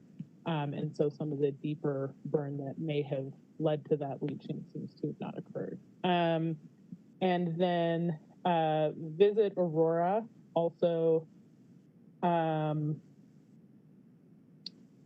I have an update from Visit Aurora. We did have our board meeting last week. And actually I will be on the performance and engagement committee for Visit Aurora this year. In addition, Visit Aurora will be sending out destination assessment surveys to all Aurora stakeholders tomorrow. And that's to get an idea of how key stakeholders view tourism and attempts to attract tourism to the city. And then the results will be a report card for the health and benchmarking of Aurora as a destination. Visit Aurora will be scheduling a follow-up planning session to share key findings. And if anyone has any questions, they can contact Bruce Dalton directly. And then of course, finally, today's study session, I was hoping that we would have the opportunity to ask more questions, and I look forward to being able to do that because I have many. But reading it was, as others have said, really difficult and disturbing. The idea that contact was made within 10 seconds, physical contact was made, and that carotid holds were already being administered in less than 2 minutes. And the idea that that is consistent with the policies and training of our department is unacceptable. There's no de-escalation that is possible in that kind of time frame. And so the process that was undertaken by the Major Crimes Unit and by the use of force review indicating that this was acceptable is nothing short of gaslighting the public and the people that expressed concern and stood up to say, this is not okay. And so it's not at all surprising that we had people calling in emotional and angry, because that is how one feels when you realize you've been gaslit, and particularly when you've been gaslit by your government. And so I look forward to being able to ask more questions and to address the deep issues that we clearly have. Mayor Pro Tem Bergen. Thank you, Mayor. Wanted to report about the Recreation Center, the Southeast Rec Center groundbreaking took place Thursday afternoon, and that was very exciting. It was a little bit cold outside, but it was a great day to be able to celebrate. So we're looking forward to the opening in 2023. I have a neighborhood watch meeting that is scheduled for February 25th. That's next Thursday from 6 to 8 o'clock. And my guest presenter will be Jennifer Dubrow. She's the neighborhood watch manager. A lot of the communities in my ward had expressed an interest. And so this will just be more of an educational presentation. And just lastly, the report that we received, of course, on the independent investigation, 157 pages, a lot to absorb and a lot to consider in terms of what we heard today in the recommendations. So thank you. Thank you. There are 60 screen callers and public invited to be heard, and without objection, I would like to have each caller limited to 2 minutes instead of 3 minutes. Are there objections? Mayor, I object. Very well. Then each caller will have 3 minutes. Please, staff, proceed with public invited to be heard.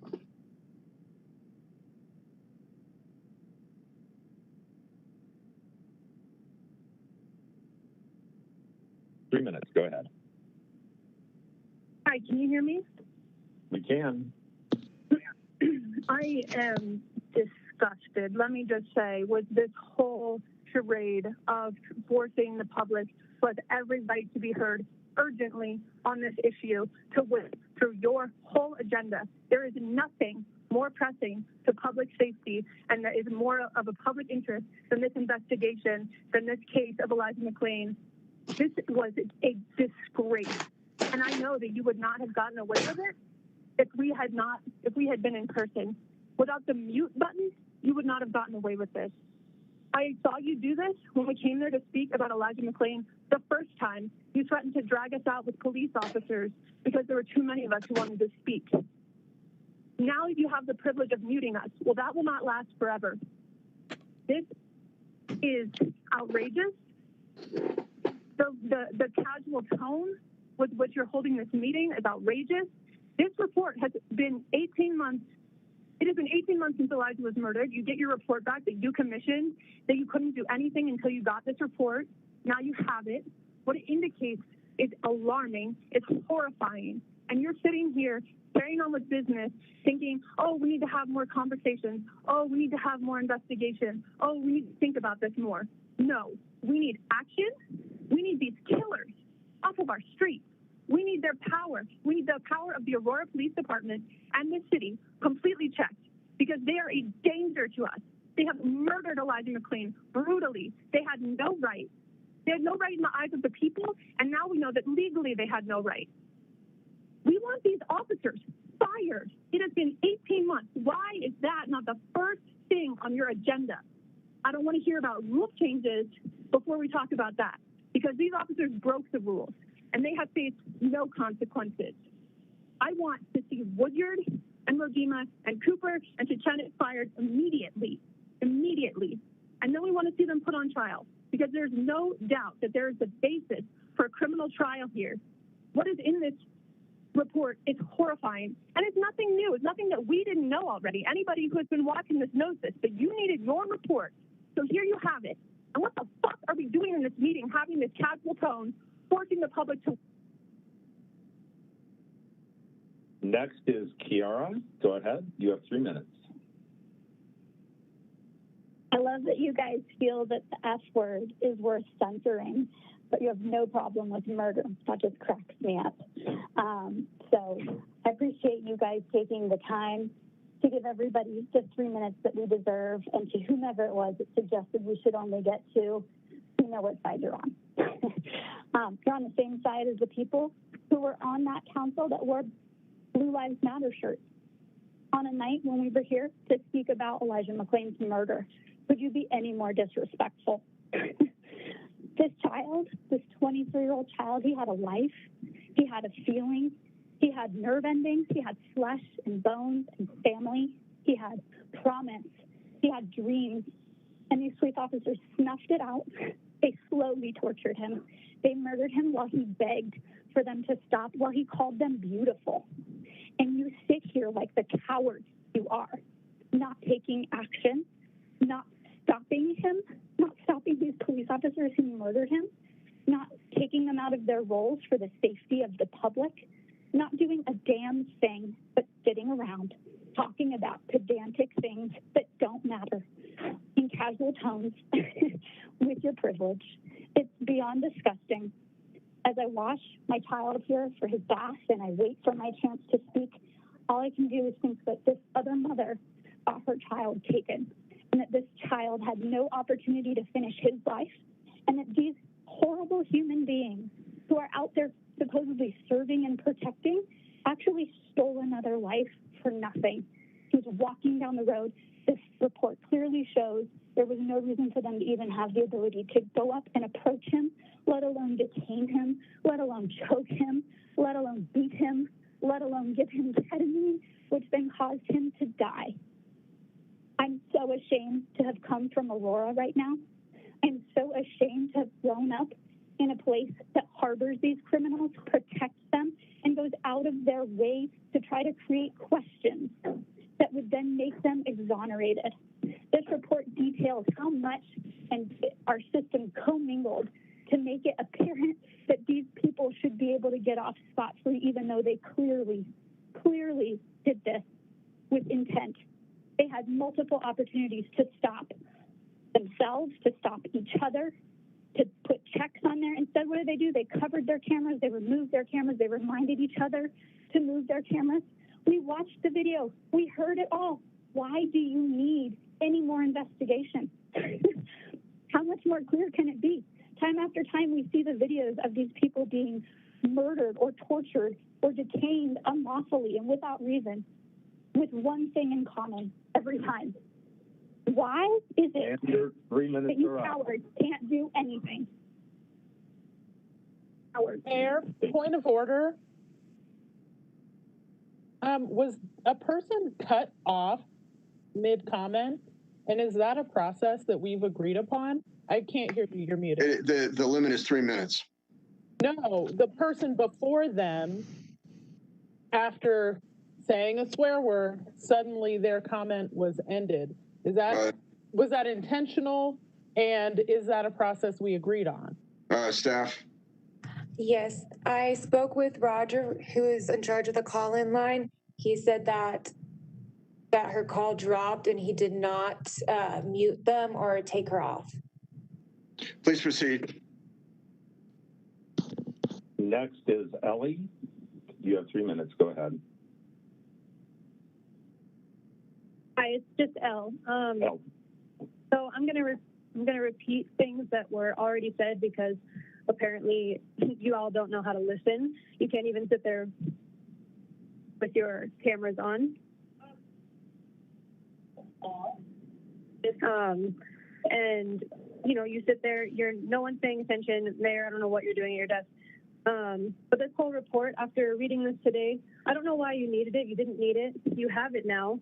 You're not going to do anything about it, apparently. You're just going to pull out pieces of it that, tell you what conversations you need to keep having and what you could sit at your desk and think about doing, but apparently never do, while literal murderers are walking around on the streets in the communities that you are supposed to protect and take care of. And I don't even know how to keep talking about this without shaking and wanting to just, keep using expletives that apparently we're not allowed to use, because then you'll get cut off and y'all will lie about someone's call being dropped. They'll literally do anything to silence your community, to silence the people. And you made us sit around I've been on the phone for an hour and 35 minutes. I called in at 6:50, and this is absolutely unacceptable. It's murderous. It is anti-democratic. It is everything that you claim not to be. And I don't understand how you sleep at night. I don't know how you live with yourselves. So I wish that I could keep speaking for my 3 minutes, but I think I'm done. Thank you. Mayor, point of order. Councilmember McConnell. Thank you, sir. Did we not agree last year that we needed at least 6 of us on camera for this to be considered a quorum? City Attorney. That's because some members turned off their cameras right as public invited to be heard began. City Attorney. And that is a council decision. I don't believe that decision was made. Staff. Mayor, this is Johnston. Councilmember Johnson. Hi, I should have emailed the entire council. I let our city clerk and city attorney know. I all day have been having issues with my internet, and the video's been intermittent, but when I do sound, I can hear. So I apologize, and I should have made that announcement. So just wanted to let you all know that. Thanks. Mayor. Councilmember Mario. Helps. Oh, Councilmember Hill. I know, we keep saying we need to say that. And I just want to say, I'm also listening. I'm, again, off camera because I'm holding an infant. And honestly, based on some of the vicious comments that have been made about me having a child and him on the internet by people, I'm not comfortable having him on camera. And of course, Monday nights without childcare in a pandemic, it is difficult with the sleep routine being disrupted. So I am here, I am listening, but I'm also off camera. Just wanted to share that I am here and listening. Thank you, Councilmember Hill. So we'll proceed with it. Next is Melissa. You have 3 minutes.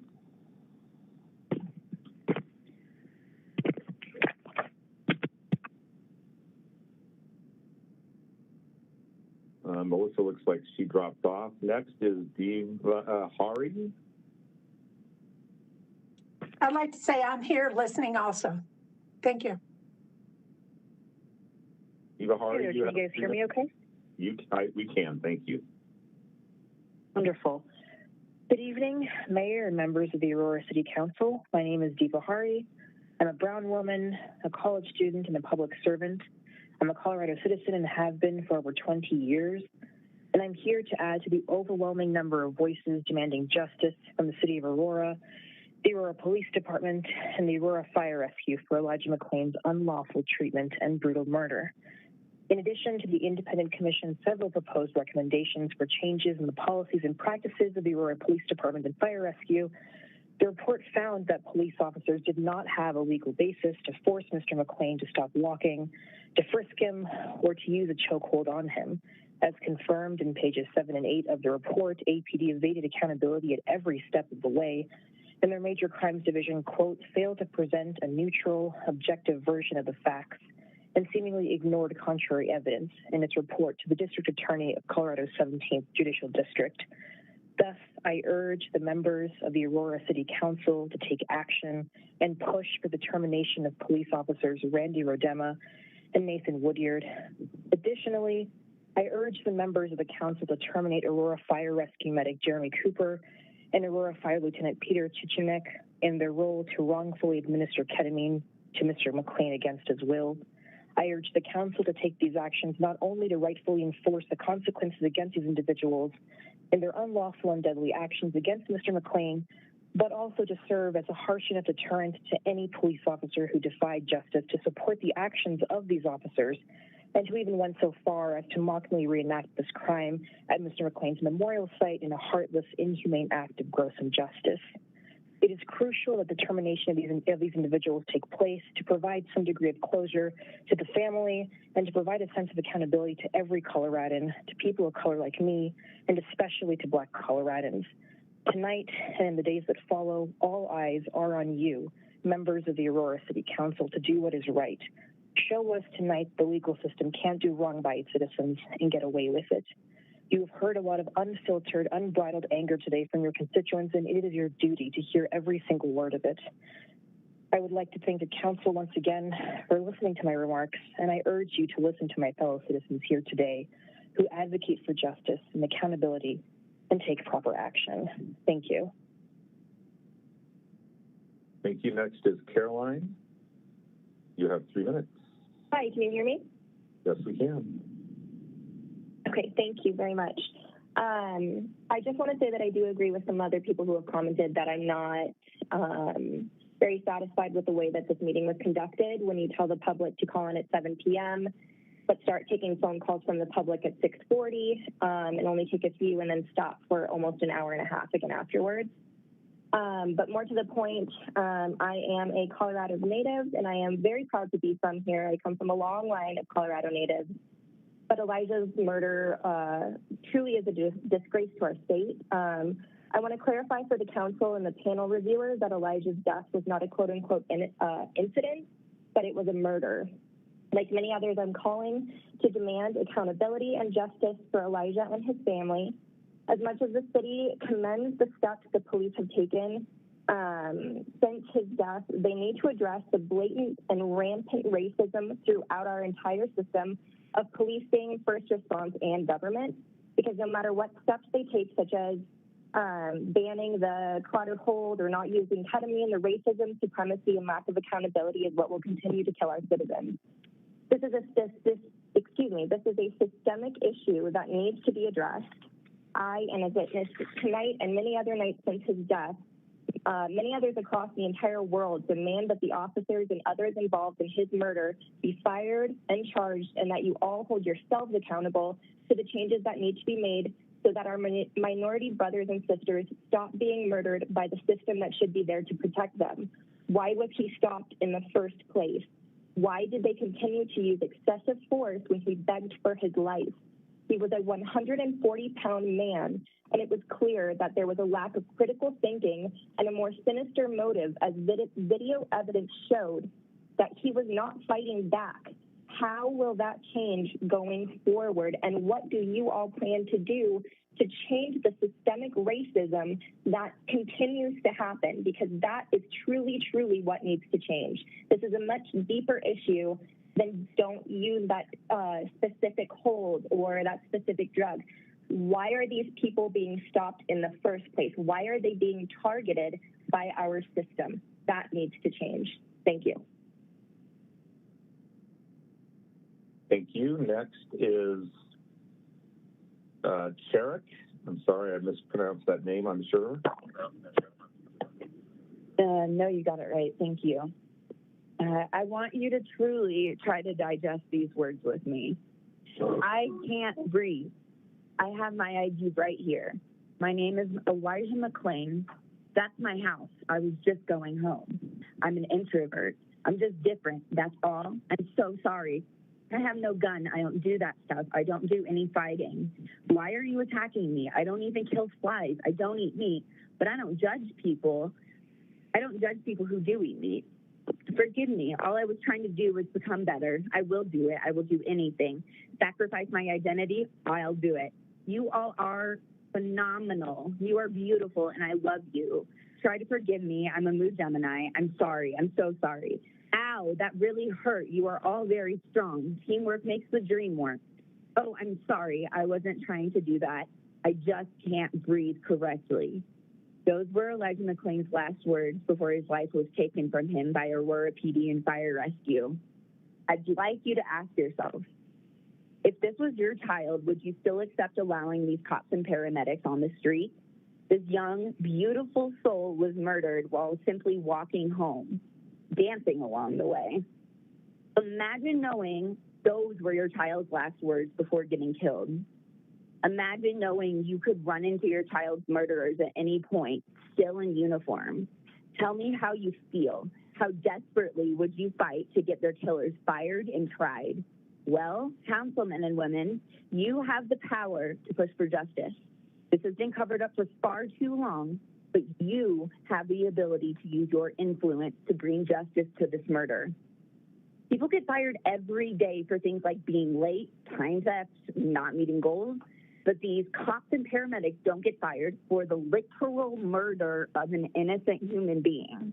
Quite frankly, if you personally can't push to fire these killer cops and paramedics, you have blood on your hands, and you're the ones who have to live with not doing everything you can to hold these murderers accountable.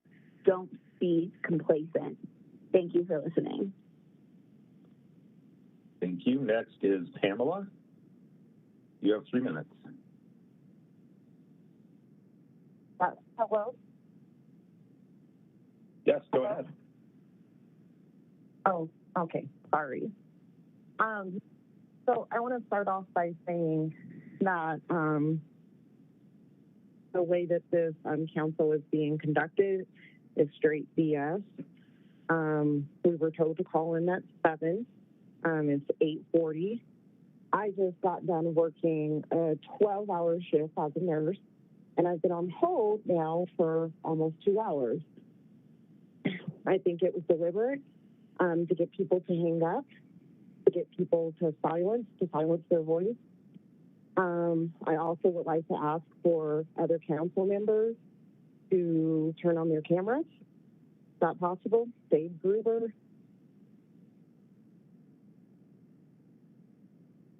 Hello? Okay, well, I'll We can hear you. continue. Yeah, well, I was asking for other council members to turn on their cameras and to give us respect. Again, I've been on hold for a very long time. I'm tired. I'm exhausted. But to get to what I was calling about, the fact that I even have to call and ask for Elijah McClain to have some type of justice for these cops and for the EMT to be fired, it's disgusting. I literally have no words. I'm so angry, so hurt for his mom, so hurt for his family, for the community that has to continue to beg you guys to do the right thing, while a movie shooter, the movie shooter, I'm not going to even say his name, was brought in by cops, no harm done to him, no scratches, no nothing. Elijah McClain was killed for walking black. He was killed for walking black, for being black. He was a 140-pound young man, like literally the size of me. There's no way that they had to use the force that they did. There's no way that they could have mistakenly thought he was 190 pounds. Like, this is people that take license, people that are supposed to do no harm. This was intentionally done. They murdered him. Please listen, Mayor Kaufman, okay, because I'm talking to you guys, and this is real life. Think if this was your family member, this was your son. If you guys choose to ignore and not take accountability for this report, there will be outrage. We will not be silent. It's been 18 months. Ma'am, your 3 minutes are up. Months.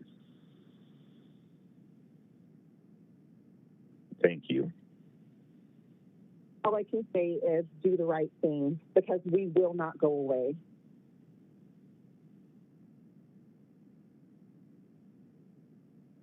Our next speaker is Nicholas. Nicholas, you'll have 3 minutes. Our system is about to do an automatic reset at 4 hours. So if you hear music start to play, just wait. It will resolve itself, and we'll give you your full 3 minutes. You're live. Go ahead.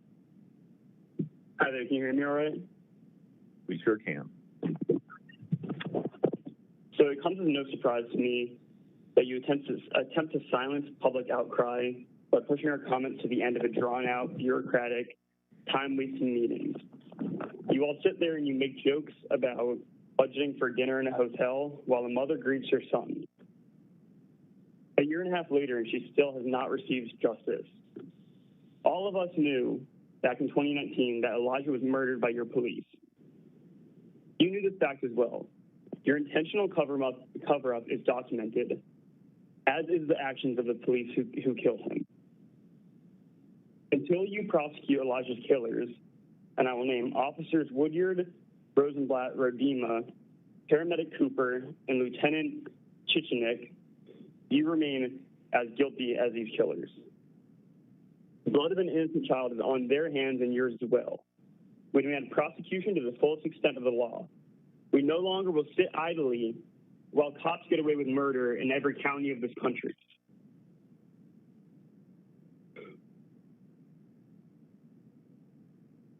I would also like to call out the council members who have chosen to take themselves off camera, and as well as those who originally wore blue flag shirts during the first hearing. This must not be important enough for you. Surely the budgeting of this 2-hour meeting was more important than for you to listen to your constituents.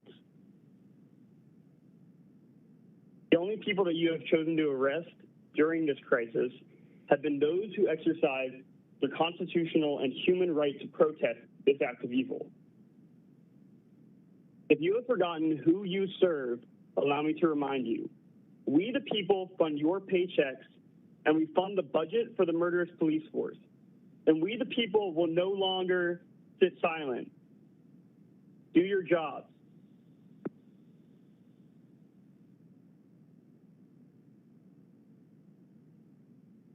Thank you. Next is Lex. You have 3 minutes. Hello, can you hear me? We can. Thank you. So I want to echo some of the anger, frustration.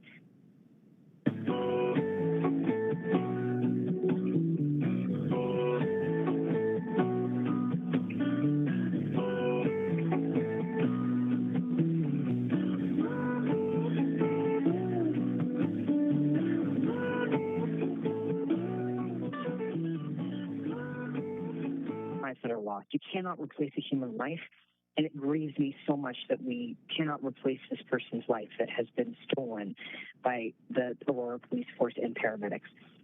First of all, I echo others that have called for you to fire and prosecute officers and medics involved. That is a very basic first step to making sure that we achieve justice. And I am just 2 years, it's almost been. Maybe more than that. I don't know. Time is a flat circle. But like, you need to do more and more quickly. This is an emergency situation. You're not treating it that way. Also, do not let them suck taxpayers dry as they retire or go on administrative leave. They need to be straight out fired. No more taxpayer money for murderers who need to be on criminal trial. Do not give the officers and medics good recommendations to get jobs at other departments.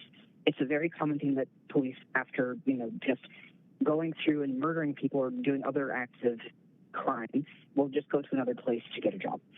We need to stop that here, and that kind of ties into the larger term policies that I think we need to enact after this, one of which is stop accepting police officers with disciplinary records from other cities and states, especially with criminal things on their record. We can't continue to allow that, or you're just going to have the influx of the same bad apples that make the entire batch go bad. You need to investigate the entire department for racism and police brutality and purge all of those people out of the system. They cannot serve the public and protect the public if they are killing the public. I think that is very basic. All of the body cameras being conveniently dislodged or off during this, and such a large amount of people that were involved in that call, just to say there's a larger problem with that department that needs to be addressed before anything gets. It is, by the way, commonly known that body cameras being dislodged or off is a tactic that police teach among themselves to avoid accountability to people that they need to be accountable to, which ties in the next point that I have, which is that you need to create an independent police oversight committee to investigate complaints brought against the police. It's complete idiocy that they're allowed to investigate themselves, and that practice needs to end.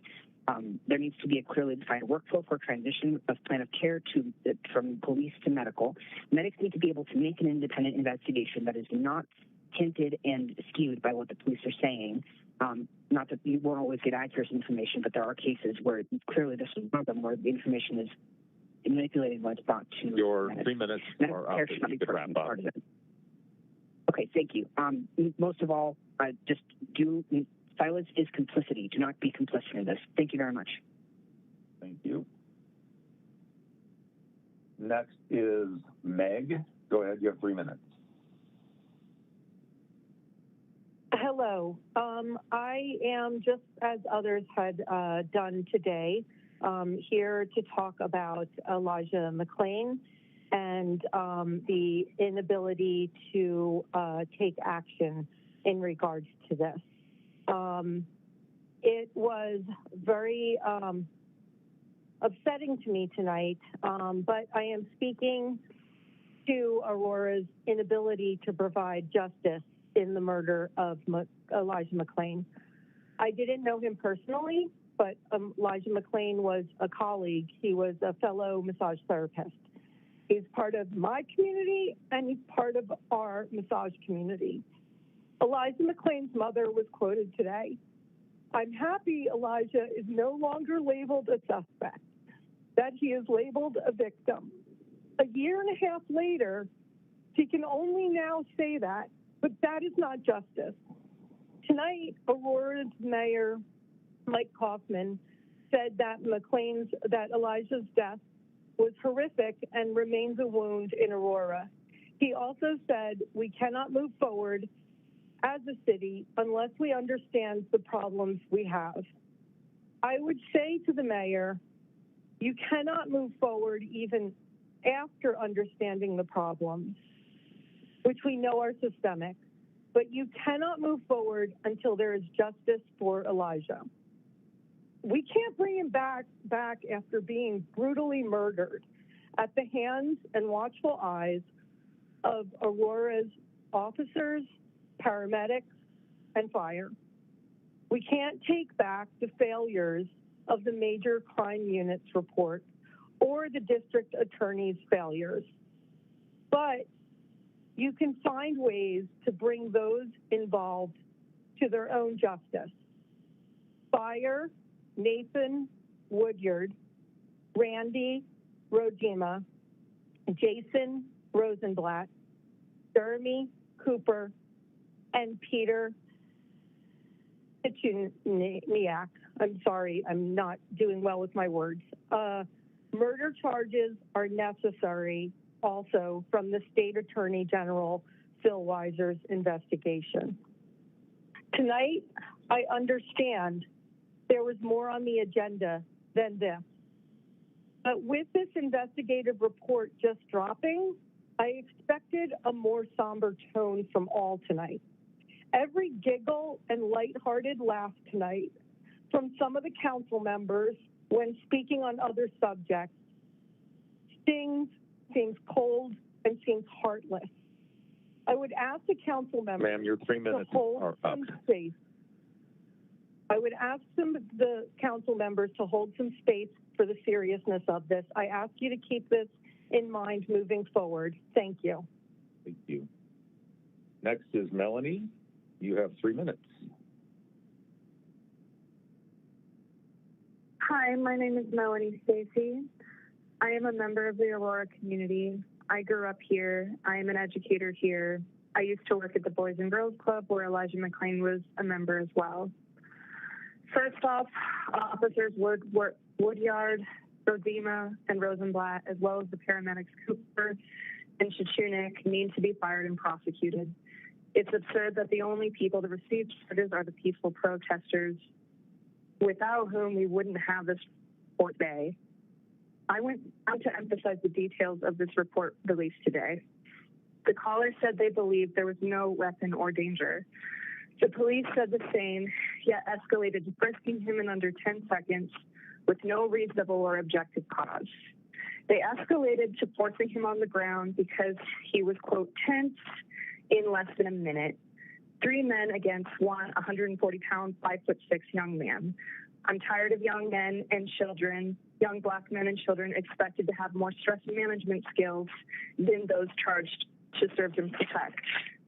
They lied, saying he was struggling violently, the 140-pound, 5'6" boy against 3 police officers.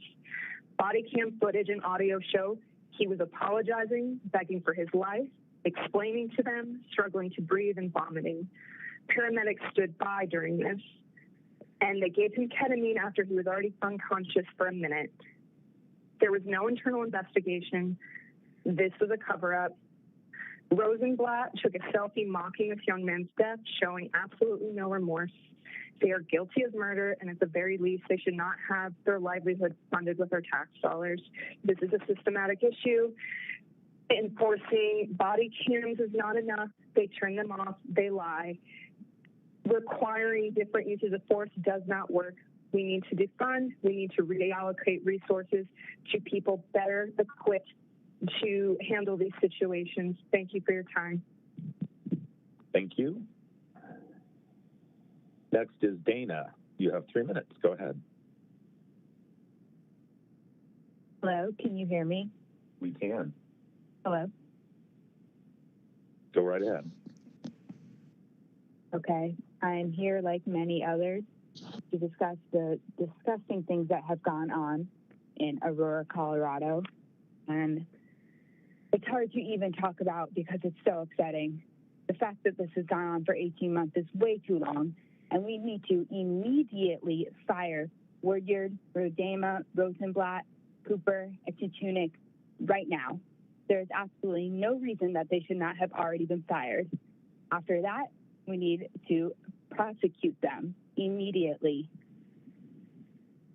And it needs to come from Attorney General Phil Weiser's ASAP. There's absolutely no excuses. This has gone on long enough.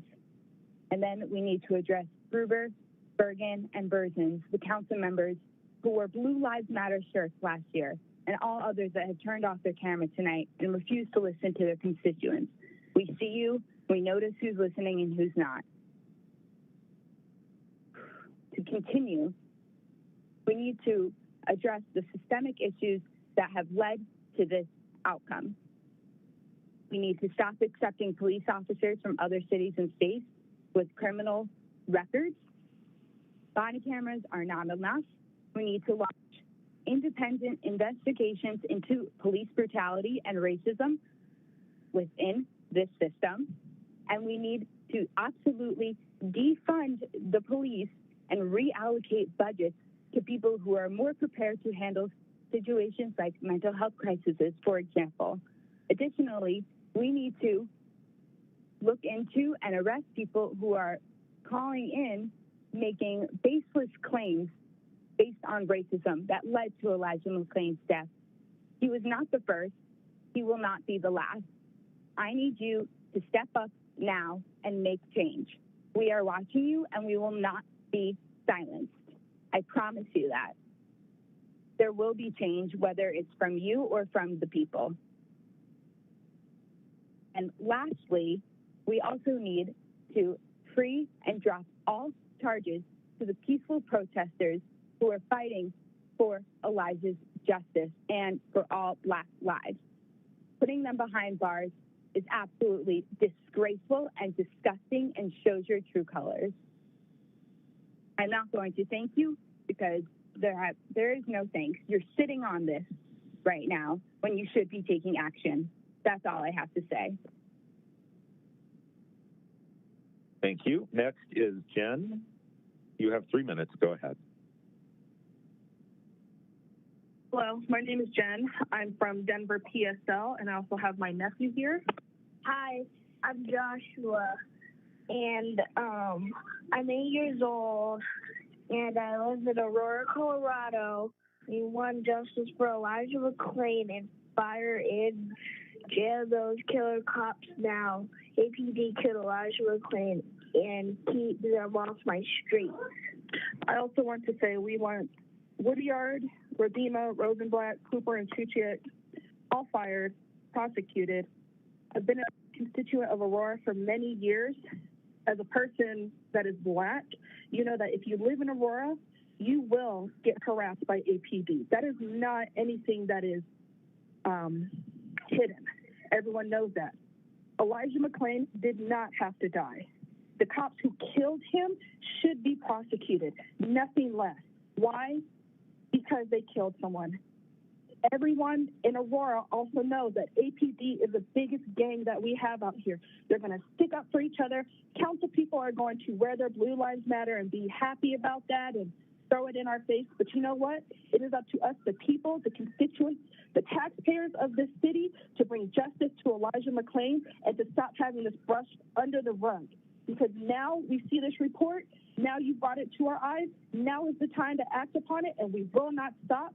The only thing Aurora is done for us is kill our brothers and sisters, kill people who are undocumented, kill people like Elijah McClain, kill the oppressed people. You do nothing for us but harass us and do nothing at all. Roll your eyes, mock us on these interviews. We're tired of it. And when you get tired, you keep banging at the door until our voices are heard. And you know what? We're going to keep going until Elijah McClain gets his justice and until these killer cops are off our streets, not harassing our kids of color, not making our kids scared anymore, not making our kids scared that we're going to get killed and pulled over by Aurora police, and we don't know if we're going to make it home or not. You know what? This is the last straw for us as constituents of Aurora. We're going to keep fighting for our brother Elijah, and we're going to keep doing it until y'all hear us, because we are the people. We demand this, and we will get what we demand.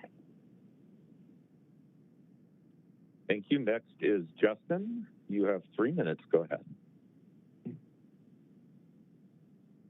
Thank you.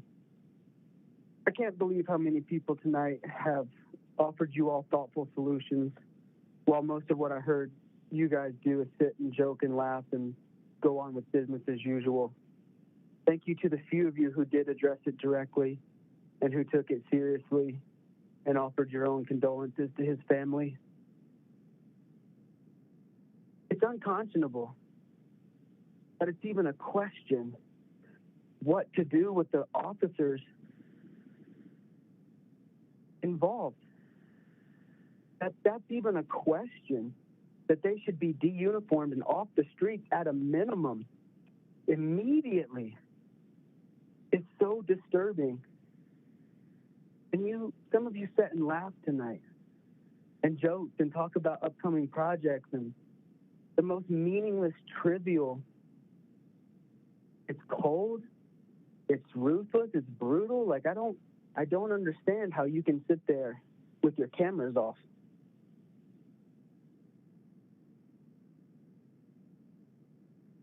All right, thank you. Next is Hannah. Go ahead, you have 3 minutes.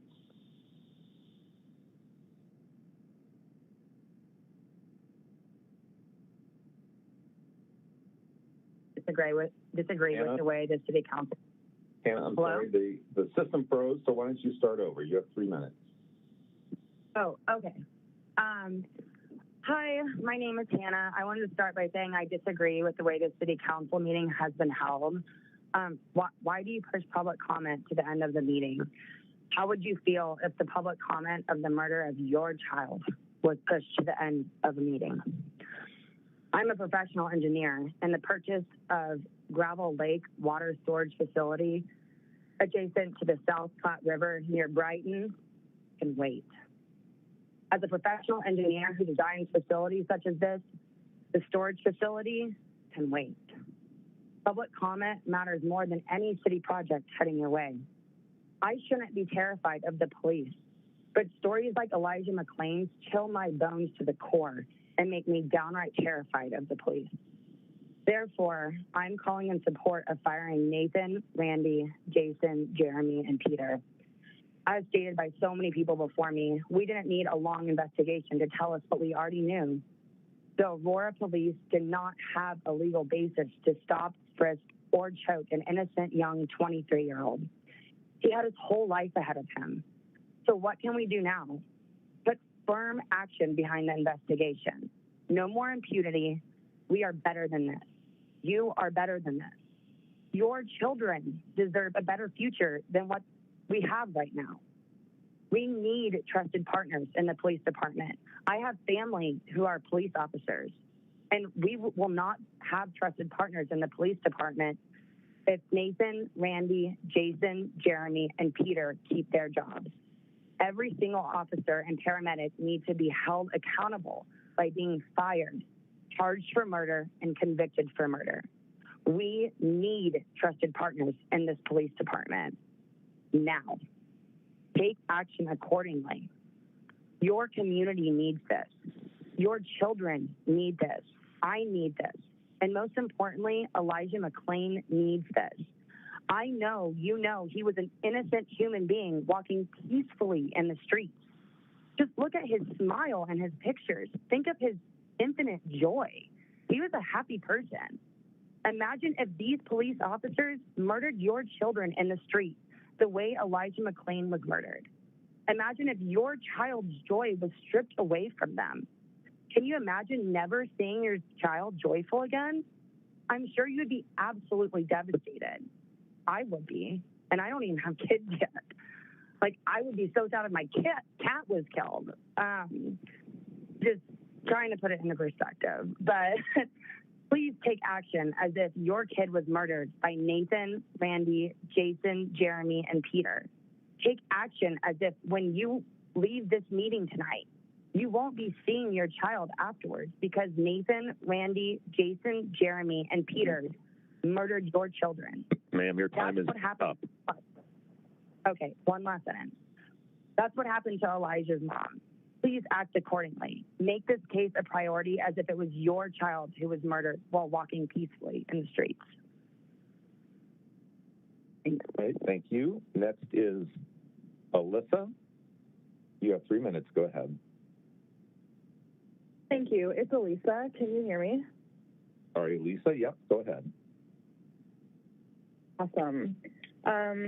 Yeah, I want to echo the things that other people said about how this meeting has been held. I've been sitting on the phone for almost 2 hours to talk about this, and the words that came before me really resonated with me. But beyond that, what resonated with me really strongly were the council members that declined to speak on this issue. Your silence speaks so loud and clear. I don't know what we as human beings can do to elicit empathy from you for the fact that this beautiful young person was murdered at the hands of the people that are supposed to be protecting us and taking care of us. It's unbelievable that we're even having a conversation about action right now. These things have been so well documented and so well described. When will it be enough? What will be the straw that breaks your back to take care of the community that is paying your salary? I feel like the expectation for people to come with reasonable thoughts, and for the person that came offering such thoughtful solutions, thank you. It's more than I heard this entire meeting. I don't know how many reports it's going to take for you to read what's already been said. These people murdered him. They deserve to be prosecuted for what they did. They deserve to not have our money going to pay their salaries. It's enough. I don't know when things are going to change. You wore Blue Lives Matter shirts to protest what? He was murdered. Nothing was happening to the police officers. They're protected by you. You should be protecting the people that have elected you, the people that are paying for your salary. It's unbelievable, and these things will continue to happen. We will continue to have things to talk to you about until you do something to change this. So do the right thing and step up for these people. We deserve to be protected, not you, not the police. Thank you. Actually, not thank you, but I'm done speaking. All right, thank you. Josh is next. You have 3 minutes. Go ahead. Hello. So we all understand the situation at this point. I would like to yield my time in equal proportion to each council member and Mayor Kaufman so that they can say yes or no, whether or not they're willing to and able to commit at this time to taking action to firing these 5 people, Nathan, Randy, Jason, Jeremy, and Peter.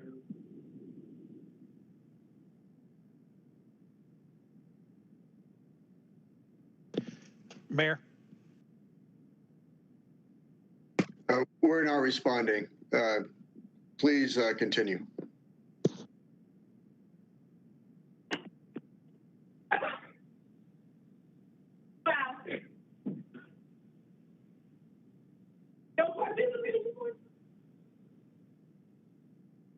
I would like to let the silence stand for the rest of my time.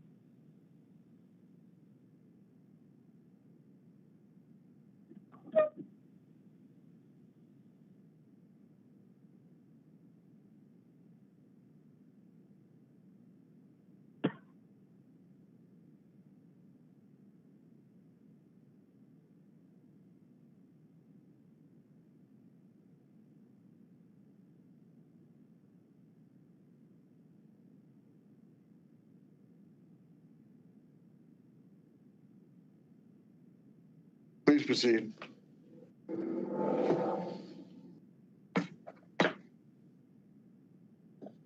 Right, next up is Joel. You have 3 minutes. Go ahead. Can you hear me? Yes, sir.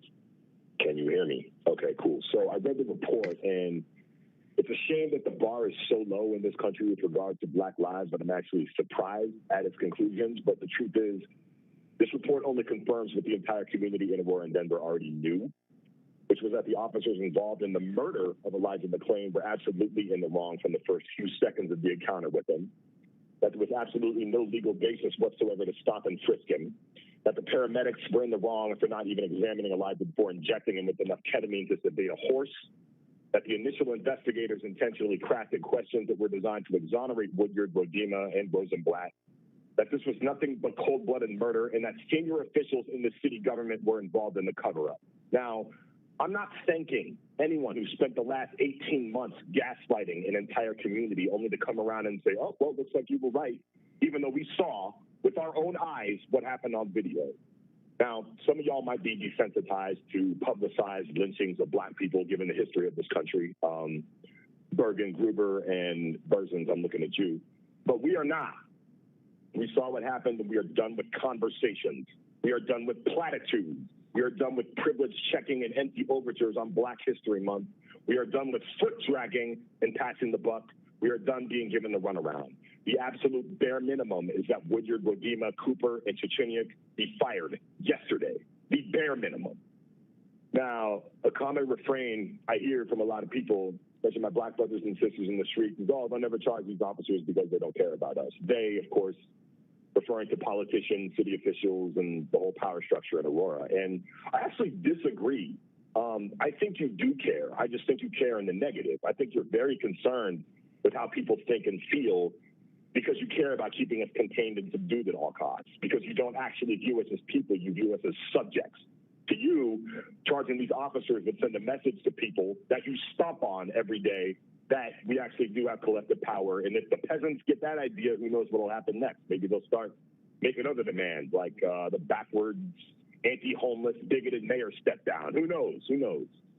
But that puts you in sort of a strategic bind, because you know that if you continue to take positions against the will of the people, then that gives them the basis to be even more active and more vocal, especially since there is no evidence of a mythical culture change in the APD, and they continue to hold a reputation for being a bunch of sadistic sociopaths that are bound to brutalize someone else in the near future.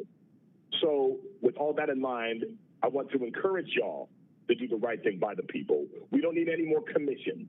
We don't need any more committees. We don't need any more oversight discussions. Woodyard, Wodema, Rosenblatt, Cooper, Checheniak. Fire the ones that have not been fired already and charge them all with murder of Elijah McClain. Thank you. Next is Laura. Laura, go ahead. Hi, can you hear me? Yes, we can. Hi, my name is Laura Hawkins, and after waiting almost 2 hours now to speak, I have to say this is really embarrassing. For the city of Aurora, you have had your cameras off and your constituents couldn't see all of your faces. It's really disgraceful, and frankly, I'm convinced that you're not even listening and your computers aren't even on mute. So you would assume that if you're a public servant, you would be more visible to the public. However, I'm calling in about the murder of Elijah McClain. After an independent report made it clear that APD officers Woodyard, Rosenblatt, and Wodema did not have legal basis to stop, frisk, or choke Elijah McClain, I'm demanding for the immediate termination and prosecution, as well as the 2 paramedics that failed to administer care to Elijah or even examine him before injecting him with a massive dose of ketamine. I demand their immediate termination as well. An innocent life was lost and justice must be served. These people deserve to be fired now. I would like to use some of my time as a moment of silence for Elijah.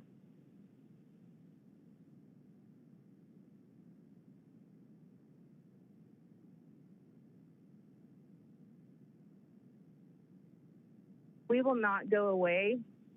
We will not be silent. I yield my time. Thank you. Next is Catherine Rivera. Go ahead. You have 3 minutes. Hello, my name is Catherine Rivera. I'm an active duty military member having served around the world. Fire Nathan Woodyard, Randy Wodema, Jason Rosenblatt, Jeremy Cooper, and Peter Kuchinek now. The searing independent report released today makes it absolutely clear that APD officers Woodyard, Rosenblatt, and Wodema did not have the legal basis to stop, frisk, or choke Elijah McClain. We demand their immediate termination and prosecution. Aurora Fire paramedic Cooper and Lieutenant Kuchinek failed to administer care to Elijah or even examine him before injecting him with a massive dose of ketamine. We demand their immediate termination as well. This report also makes it clear that the Aurora Police Department, the Aurora Fire Department, District Attorney Dave Young, and City of Aurora all conducted the follow-up not in the manner of a true investigation, but in a deliberate cover-up shielding the killers. We highly recommend everyone read the report. No more impunity. This report removes every excuse for continuing to employ these killers. Fire them now. We continue to demand murder charges from State Attorney General Phil Weiser's investigation. There is no doubt that the grounds exist to bring these folks to trial. No more excuses. No more excuses. Fire Woodyard, Rodima, Rosenblatt, Cooper, and Kuchinek now. I'm finished speaking. Thank you. Next is Emily. You have 3 minutes. Go ahead.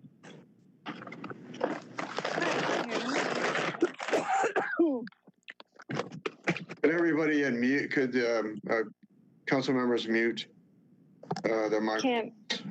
Yeah, it's Kim. I can on the chat. Sorry. Can you hear me? Yes. We can. We'll start your 3 minutes now. Go ahead.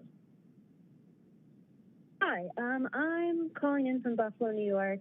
I read about this case this summer, and this is, I come from a conservative town, and so I specifically wanted to speak to Gruber, Berzins, and Bergman. I don't know if you conservatives, you're trying to hold a party line, you're trying to please your constituents. A mother lost her fucking son, and you wore T-shirts supporting the police. Why? For what? Who does that? What kind of people do that? I understand as city council people, you don't have all the power in the world, but you've done harm. You've actively done harm to people, and you were disrespectful in this meeting. And I do, at least, who spoke on this is the council members who are people of color, who are women, and then you sit in silence and smirk or be on your phone. How do you live with yourself? Elijah McClain was murdered in the street in your town because you failed to protect a citizen of yours. You don't fucking care. Why? Why don't you care? Why don't you care?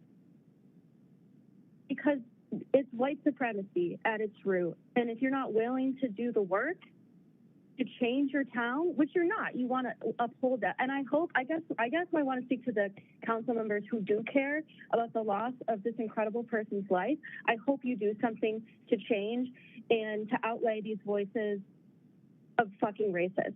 And that's what I want to say. Thank you. Thank you. Next is Ashley. You have 3 minutes. Go ahead. Hello. I do want to thank my fellow callers because I think you all have, offered such in-depth perspectives that unfortunately most of the council members have clearly not been willing to consider. I'm hoping against hope that somehow this report makes you actually realize what is happening. I know it can't all just be ignorance because, as people mentioned, wearing Blue Lives Matter shirts directly after this incident when, as people mentioned, this was a murder. That's not an exaggeration or anything. That is actually what happened. And even before this report, it is so clear that that is what occurred. And also, it is not just a one-time event. This is not a one-time tragedy that we can say, oh my gosh, I can't believe it happened. This could never happen again in our town. No, it does all the time, and it definitely will again, especially if there are no consequences. That is how white supremacy is being upheld in this country. If things like this happen, there are no consequences, and then people become more and more emboldened to just execute innocent people.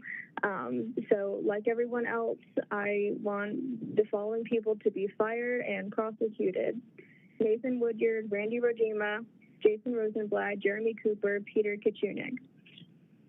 That is the very least of what needs to happen.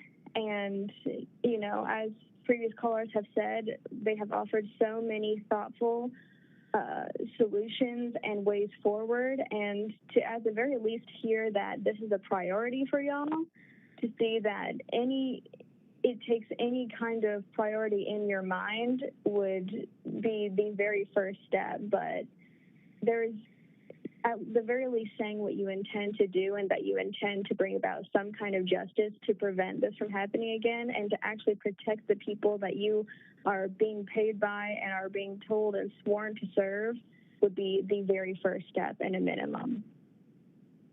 I'm done. All right, thank you. Next is Jeremy. Jeremy, you have 3 minutes. Hi, can you hear me? Yes, sir. So hi there. My name's Jeremy. I'm a member of the Party for Socialism and Liberation. I'm from Denver. I just want to say I sincerely doubt y'all would have had the guts to do with what you just did with public comment if we had been in person, and I don't think the people would have let you.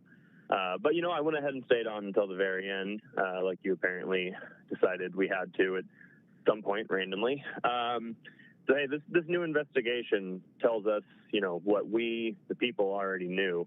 Oh, you know, by the way, some people have thanked you for this report, this investigation, but I know that this was the direct result of our historic mobilization this past summer and the McLean family's heroic persistence in the face of this oppression. But anyway, back to the report. The cops and the EMTs not only acted racistly, inhumanely, all these things we've come to expect of them, but also clearly and importantly violated department policy. Stunningly, the cops also had the advantage of a softball interview conducted by their fellow officers, and this is according to the facts of your own investigation. And you know, this is like an episode of The Wire, but like 20 times worse. They're getting coached on just the right things to say at just the right moment to get off the hook. And I really want to know, do you think that same treatment was afforded to the anti-racist protesters that were arrested this summer?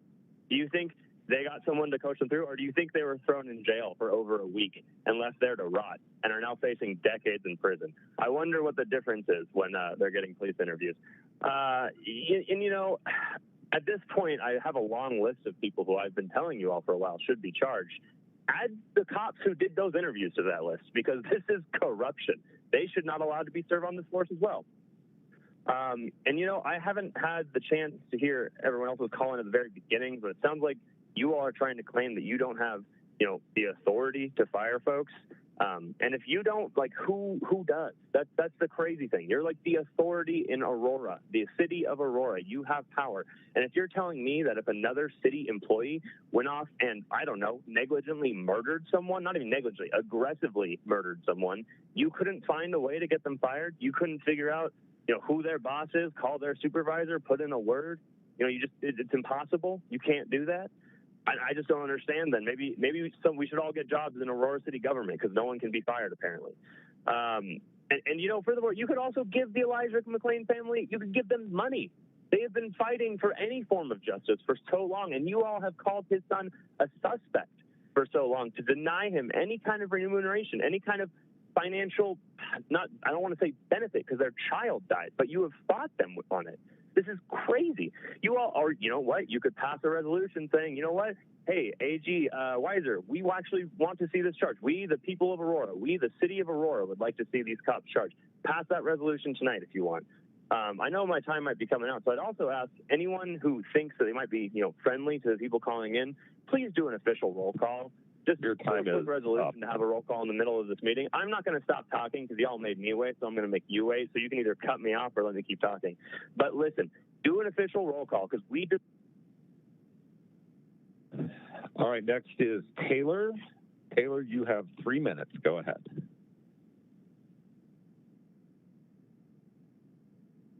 I guess I'll pick up where he left off and ask for that official roll call. If we could do that right now. Councilmember Hiltz is here. Marcano's here. Coombs here. Bergen's here. Lawson is here. Johnston's here. There'll be no further back and forth. Mayor's here. Withers here. Person's here. Withers here. Gardner is here. Okay, great.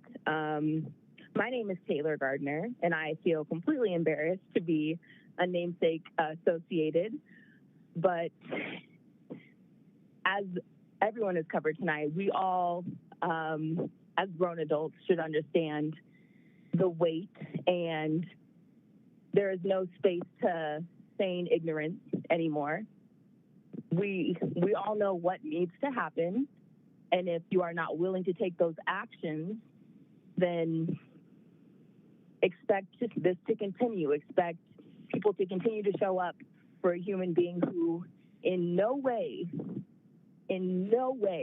deserves the treatment that was brought against him by people who are supposed to be trained continuously to know better in every form and facet. Nothing that happened on that night was acceptable. And if you are not willing to take the actions that are so blatantly, obviously necessary, then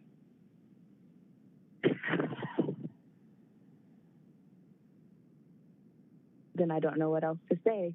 I will ask to keep the remainder of my time as a moment of silence and reflection for all of the members of this council to consider what I know you know what you need to do. There's no way you can't know. So please just take a moment to reflect on why you haven't.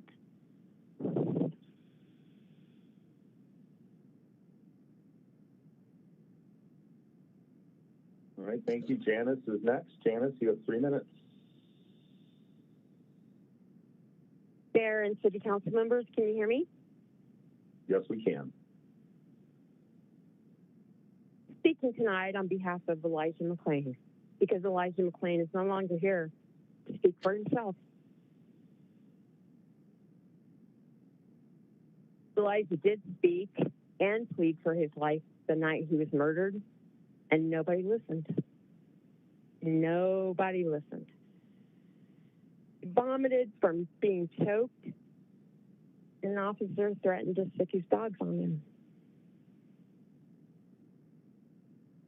As a citizen, I demand the immediate termination and prosecution of all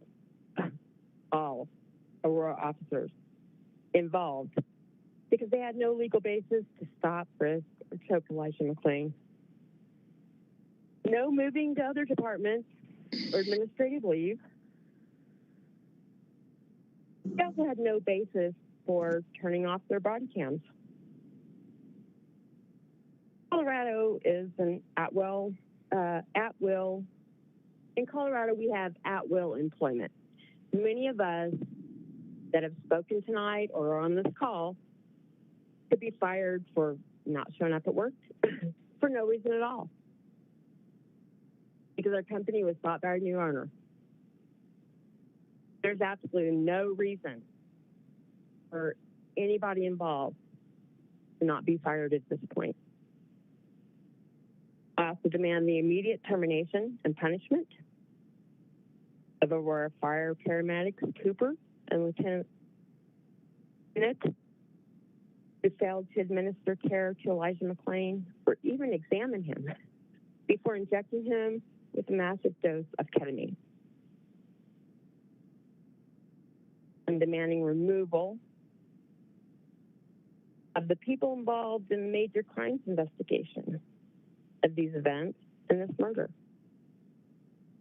The independent report made public today removes every excuse for these actions. No more excuses. Fire and hold them accountable now. I'm also pleading for the immediate action, not conversation, but action and change and training. But this never happens again. I would add to that many of us are different, but also good people. We deserve the service and protection from our officers and paramedics. Elijah did not receive that the night he was murdered. We're done talking, and we demand action. Thank you. Maria is next. You have 3 minutes. Go ahead. Hi, can you hear me? Yes, we can. Okay, hi. I'm a Colorado resident. I'm also a white woman, and I too walk at night to the store, and to get exercise, I dance with music in my headphones. I too get very cold and wear layers of warmth and hats and, bundle up. In this country, I would never think that that would be suspicious and result in police killing me. For Elijah, all it took was his skin color, being black. He committed no crime. In America, being in color, he would get murdered by our Aurora police. You have the opportunity to hold these murders accountable and protect Aurora residents. There needs to be accountability for the people that call in to the police as racist claims that result in police murders. This is a 23-year-old young man who played his violin for unadopted kittens. Peaceful protesters were arrested at the time where the violinists were just playing in an open area just to remember his life. I would like to know when you will fire and charge the following people involved in the murder of Elijah McClain: Nathan Woodyard, Randy Rodema, Jason Rosenblatt, Jeremy Cooper, and Peter Kuchinek. From the verified report, Aurora police violated their authority. Officers never told him that he was suspected of a crime. No evidence of a pat-down that led to a takedown. Failed to ask basic critical justification of use of force, and the improper use of ketamine. Thank you to those of the city council members that have spoken up about Elijah tonight. It is embarrassing to see the members that don't even have their cameras on tonight. It is your job to listen to the people that have elected you, and the least you can do is turn your cameras on. As the city council, if you do not pursue justice and the charges of the police officers and medics, you will have outrage from the community contributing to his death. You have an opportunity to do the right thing. We can't move forward until these 5 people are charged and held accountable. And I would like to thank the one caller in that did ask the mayor and all of the city council members to speak upon charges and left that moment of silence, because I think that is very remarkable and should be remembered in history. And I think going forward, it's what you all do as city council members to bring justice to Elijah McClain and his family. That's all. Thank you. Jared is next. You have 3 minutes.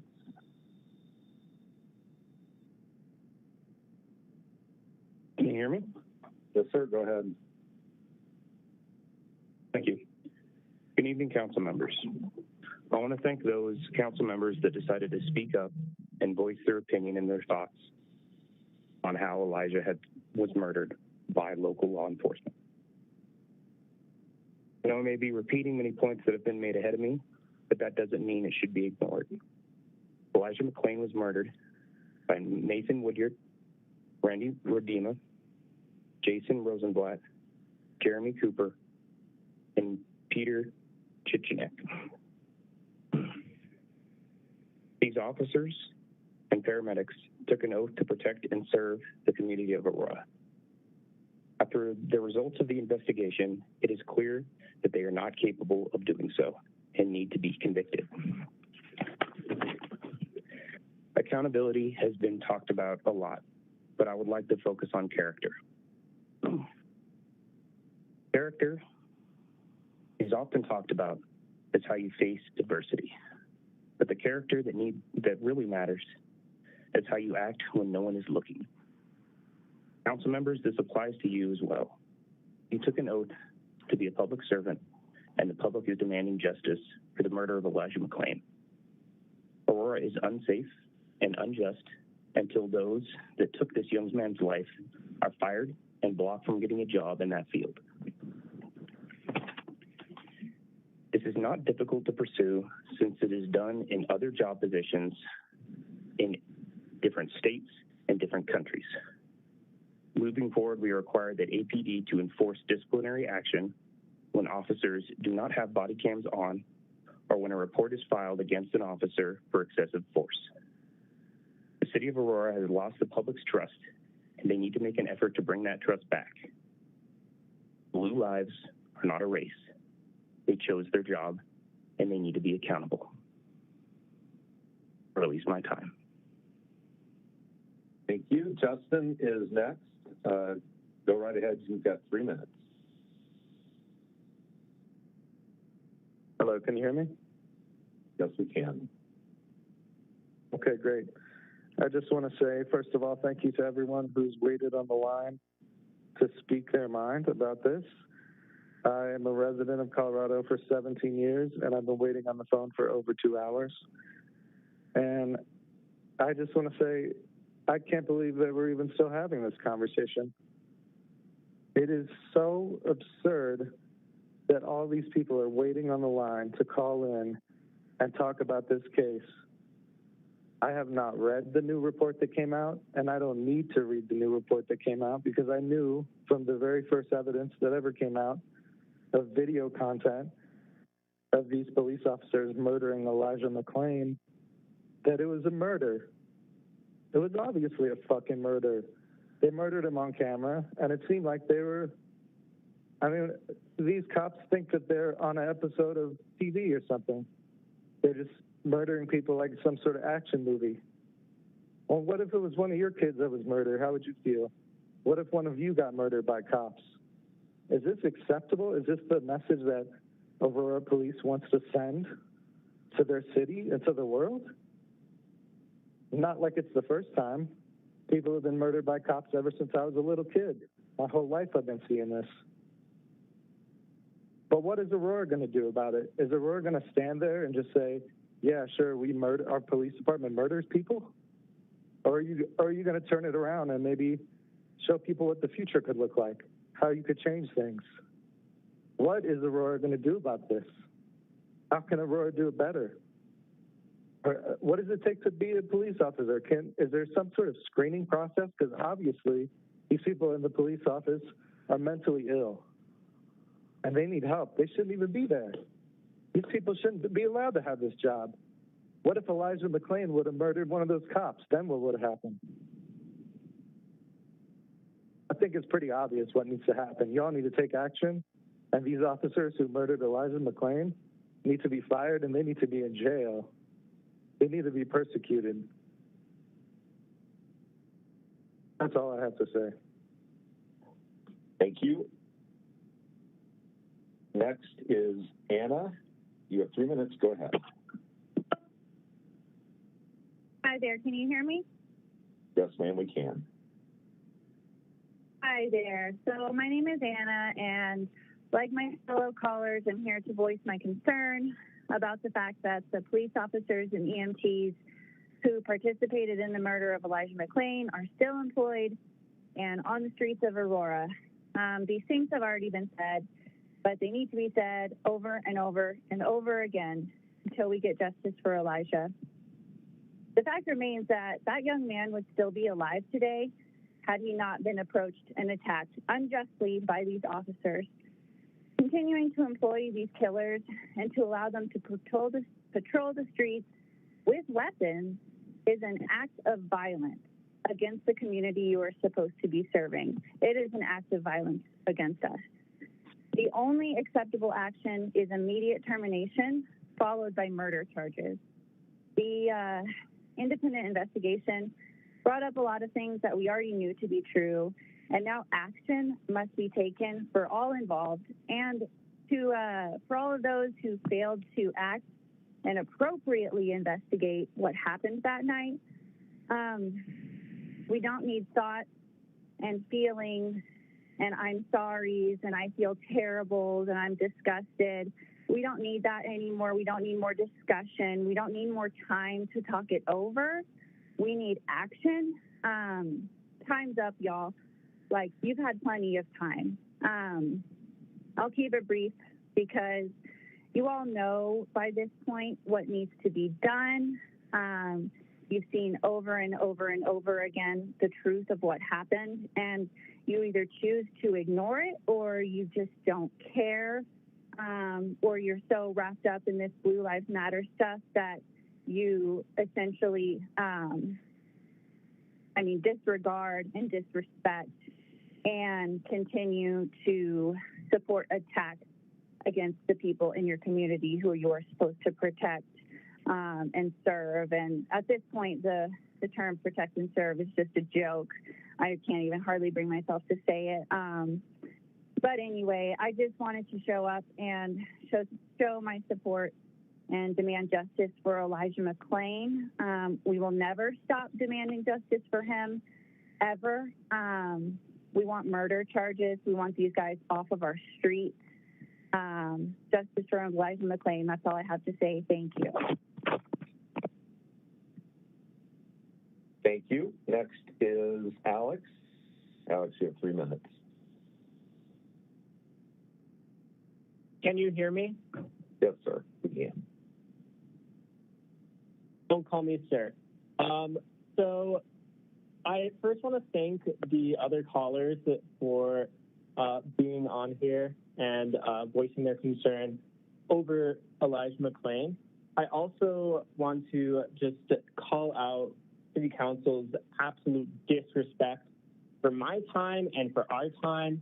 But that should have been clear because you do not have respect for Elijah McClain's life and his time on this planet. So I'm here, just like many other people, to demand justice for Elijah McClain, who was brutally murdered by APD and Aurora Fire Department. This is something that has been going on for so long, and we've known the results of this for way too long.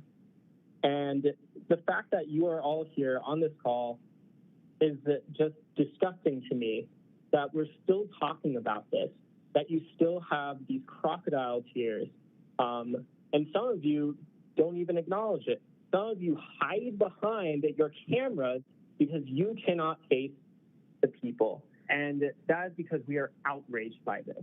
We are all completely outraged by this. I am an educator in Denver Public Schools, and I have many Black and Latinx students. And many of them, when they saw the results of this case, for them, this is just horrific, because what you guys are telling my students is that they can walk out of school and they can be murdered. They can be murdered, and their murderers can walk around the streets with their job. So I am demanding an immediate firing of Officers Woodyard and Rodima, and also of Paramedic Cooper and Lieutenant Kuchikniak. I also want to say that I am, as a history teacher, this is part of a modern day lynching, and you city council members are part of a lynch mob. At this point, there is blood on your hands. You have let this investigation go on for far too long, and you are members of a lynch mob. And for the members that hid behind their cameras in person, if we were having this meeting, y'all might as well put on your Klan mask. So I'm done with my comment. Y'all can rot in fucking hell. All right, next is Rose. You have 3 minutes. Go ahead. Hi, can you hear me? We sure can. Okay. So I've lived in Colorado all my life, and I'm a Black person, and I was so shocked to hear that this kind of level of racism existed. I can't believe Elijah McClain's murderers are still free. Do you guys in office actually want to make a difference? Because I don't see any actual work getting done. People all over the world are talking about this case, and it's catching momentum in mainstream news. I'm not sure if you know how this makes Colorado look, but you guys look racist and heartless, like complete jokes for letting these people walk around freely and still work for the government after murdering and doing their jobs incorrectly. They have no reason to stop, inject, and kill Elijah. I've heard cops and medics get fired for less. It's been 18 months. There's nothing left to discuss. I mean, you guys have such an easy time arresting the peaceful protesters fighting for Elijah. My question is this what you want your legacy in office to look like? And as for you, Councilwoman Burzins, you may not remember me, but I know you. I went to school with your daughter, and we were close. I've spoken to you. I've been to your home. Is Victoria proud of you? What if what happened to Elijah happened to Victoria? Oh, wait, that won't happen because she's white. Suppose that's comforting for you. You are all being watched, and the way you guys acted tonight will be made public. This will spread, and if you're asking for an international public shaming, then you're going to get it. If you think 60 calls is bad, wait till you get 60,000 calls, because that's what's next. We will continue to protest, retweet, etc. every day until something is done. At this point, you're forcing the public to do your job for you. Doing the right thing isn't as hard as it seems, but you guys make it seem like it is. I'm not sure why you have your positions if you can't do anything right. And these times, evil will not win. Justice will win.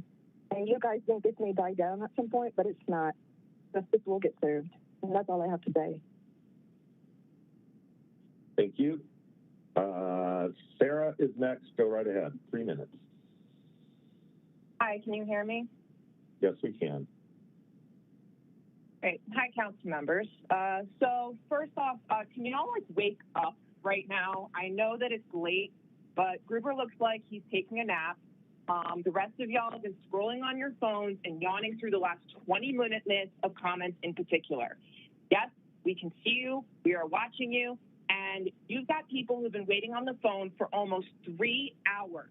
So you better be listening. I can put this shortly and say fire them, but I'm going to use the 3 minutes you've conceded to permit each community member to speak at the tail end of your ridiculous meeting.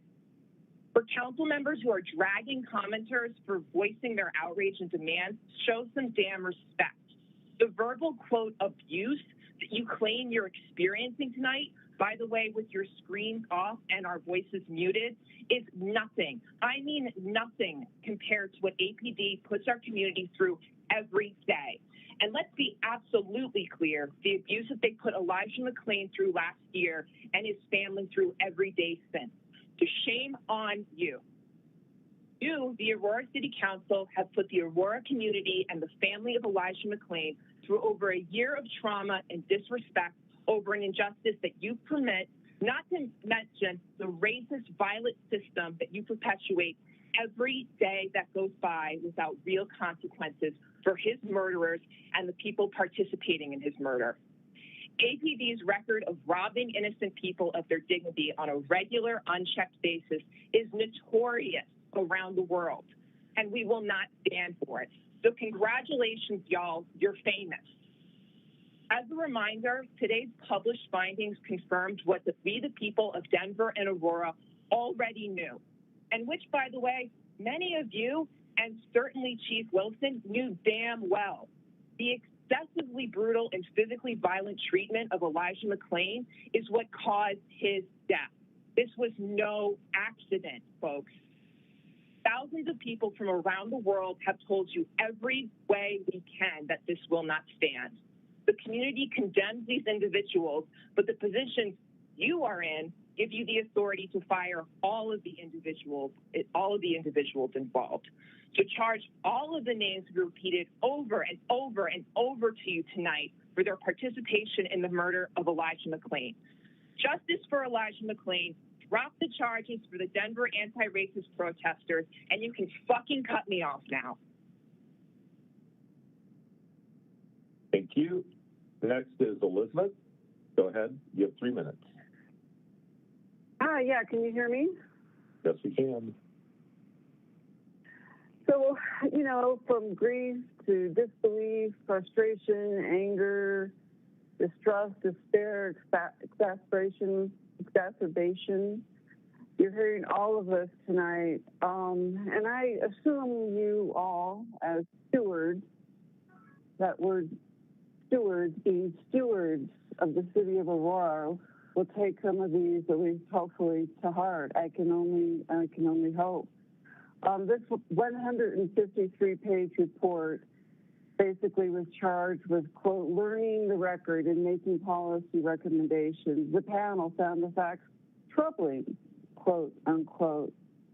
But we know that any reasonable person, having read this report, any reasonable person understands that the officers, the 3 officers and the 2 EMS staff acted with reckless disregard in stopping, frisking, and choking, and then administering the ketamine to this 140-pound person who went by the name Elijah McClain, thereby causing his death.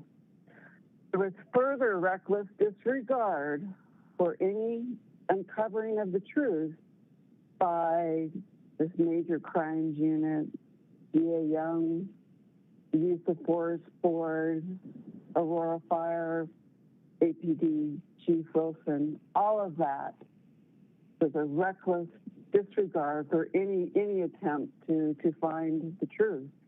So yes, we are asking, what are you going to do now? We don't want to hear any more conversation. We want action. We know that this case is like the shot heard around the world, right? It's the scream and the cry that has been heard around the world. And you all are in the very middle of that.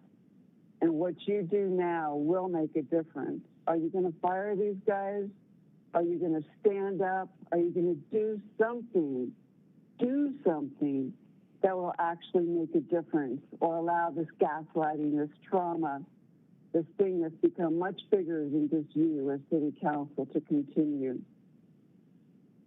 That's the question for you to answer. We demand justice.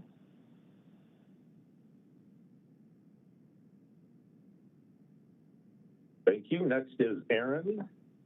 You have 3 minutes. Go ahead. Awesome. Can you hear me? Yes, we can. Cool. I need you to fire Nathan Woodyard, Randy Rodema, Jason Rosenblatt, Jeremy Cooper, and Peter Chichenek for the murder of Elijah McClain. Furthermore, I would like you all just to think about what it means to show inaction in the face of a racist murder.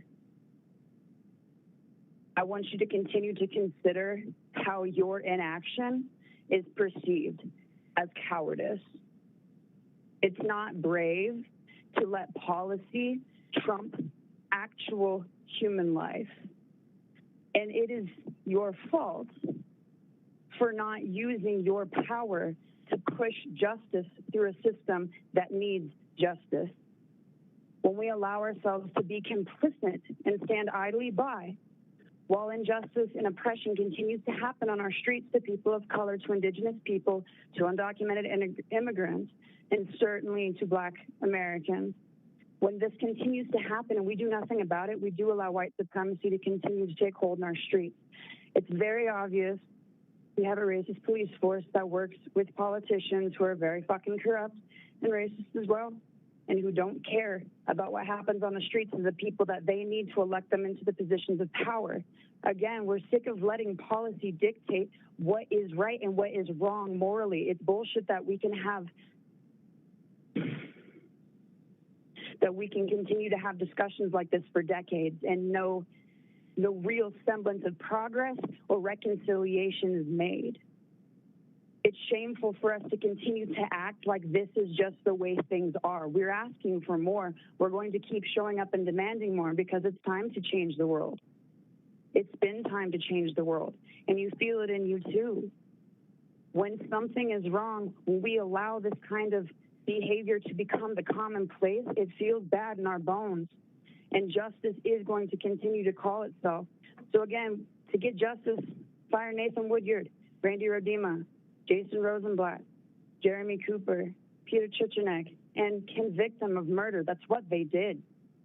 Having these earnest conversations for hours at a time, and I've been on the phone for 3 hours waiting to talk to you about this. It is important to continue to show up for justice in our community, and if you are not listening, you will not be in office next term. It is time to change the way our policy operates so that we can grow an effective community that allows for equality, actual fucking equality, actual accountability, and actual persecution for wrongful murder.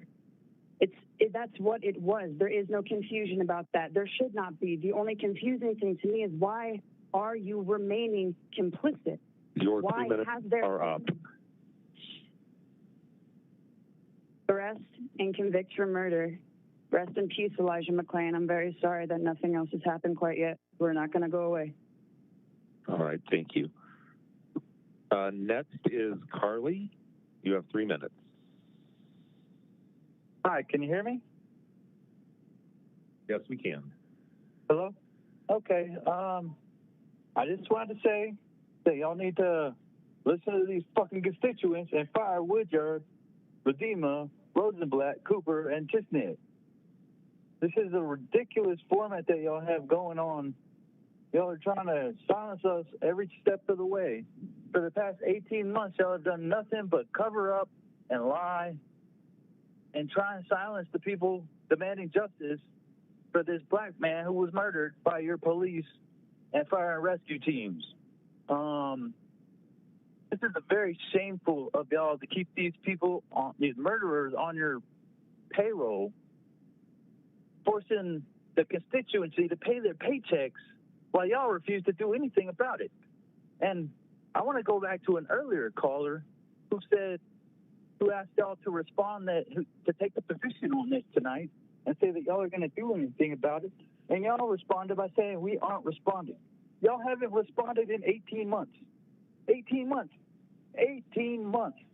This is a fucking terror campaign being waged against the city of Aurora, against the citizens of this city and county and state. It's a terror campaign. Y'all are fucking terrorists. Y'all are terrorists. You're a lynch mob and a terrorist. I'm done. I'm not going fucking anywhere. We're not going anywhere.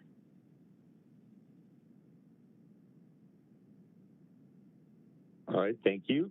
Next is Lily. You have 3 minutes. Go ahead. Hello? Hello, Yes, can you go hear me? ahead. Awesome. So I'm just going to keep it simple, as my peers have put everything on the table. For the council members, you just need to do the right thing, which is to follow these people's demands, all of them, not just by the officers and paramedics, but also create long-term solutions too. We will keep showing up until you have listened to all our demands, because we voted for you and we gave you that seat and honored to serve us. Use your privileges and resources, because any other citizen that killed a kid would be held responsible. They need to be held responsible. We are here. We are speaking up. So you need to listen, as we have the courage to speak, as you cowered behind your cameras and your desks. You know this would not happen in a live virtual or in a live meeting. So meet our demands. We are the people. I yield the rest of my time. Thank you. Next is Catherine. You have 3 minutes. Go ahead. Yes. Thank you so much. Thank you, everyone. I want to thank the callers, especially who have been on the call forever. Riveting meeting, guys. Riveting stuff. I do want to repeat, blue lives are not a thing. They are an occupation. It takes less training than to be a beautician or a barber. So we really need to reevaluate that as a general thing.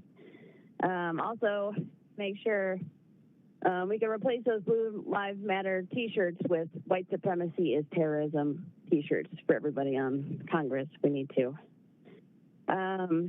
So some suggestions. Also, just as a point, someone brought up how many emails y'all have received across the country and how some of them come across internationally, and how sometimes those can seem like spam because they're templated. I do want to remind y'all that a lot of organizations use templated emails for outreach. So when a lot of us sign petitions and contact y'all for that, it's because you're using a templated email. So please read every one of them. So I think one huge thing would be giving authority to EMT or paramedics, because they also took an oath, which is cause no further harm, which they failed at in this case. But if you're sitting there as a paramedic or a medical professional watching someone puke and experience cardiac arrest, and you're not allowed to take authority until the police say they're a patient, that's wrong, because the police has no medical training, so that needs to be changed immediately. Protester charges need to be dropped, obviously, because this is fucking ridiculous. This man is a victim. We need to investigate, these sympathizers. Are we training white supremacy, terrorism, and policing, which is a resounding yes if you look at patterns in these types of people.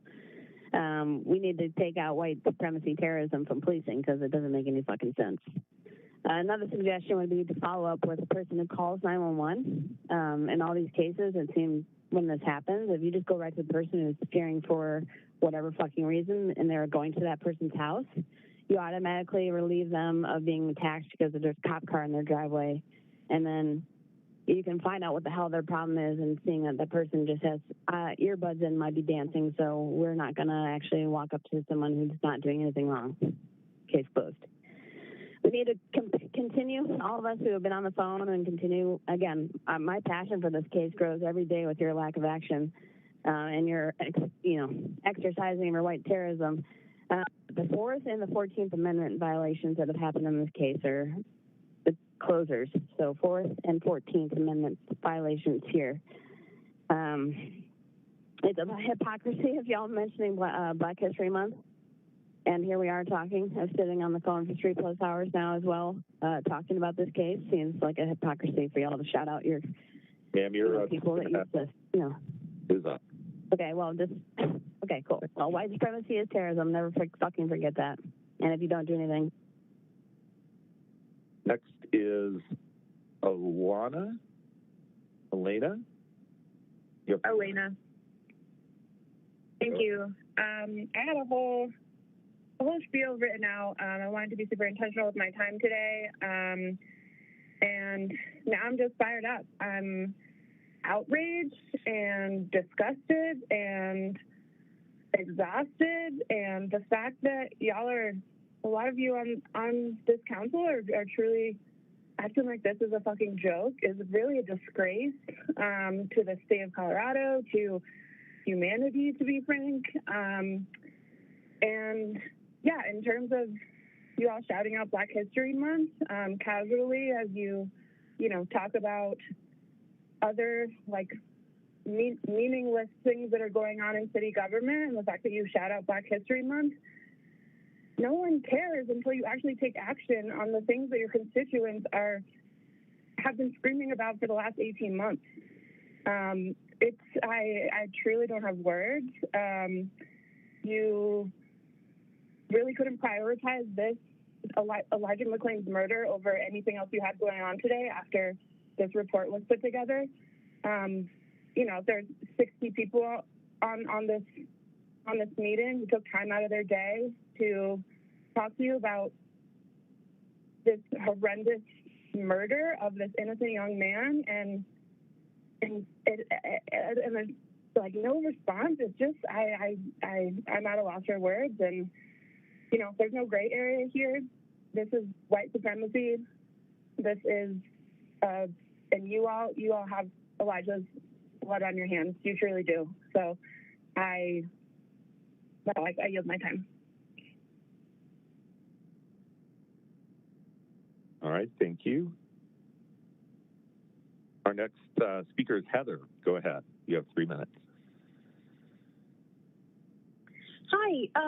So partially, people have already been going over this so many times. Clearly, you guys don't care about Elijah. So I just wanted to point out that this wasn't just one rotten apple, which is some bullshit phrase that you guys, Blue Lives Matter, love to pull. It was 3 cops. 3 cops and 2 paramedics that murdered this man. If you don't do something now, this is guaranteed to happen again.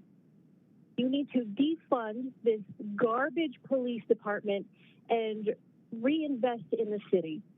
Fire those horrible monsters, the 3 officers and the paramedics, and prosecute them.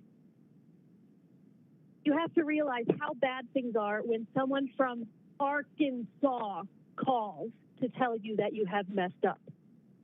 I yield the rest of my time.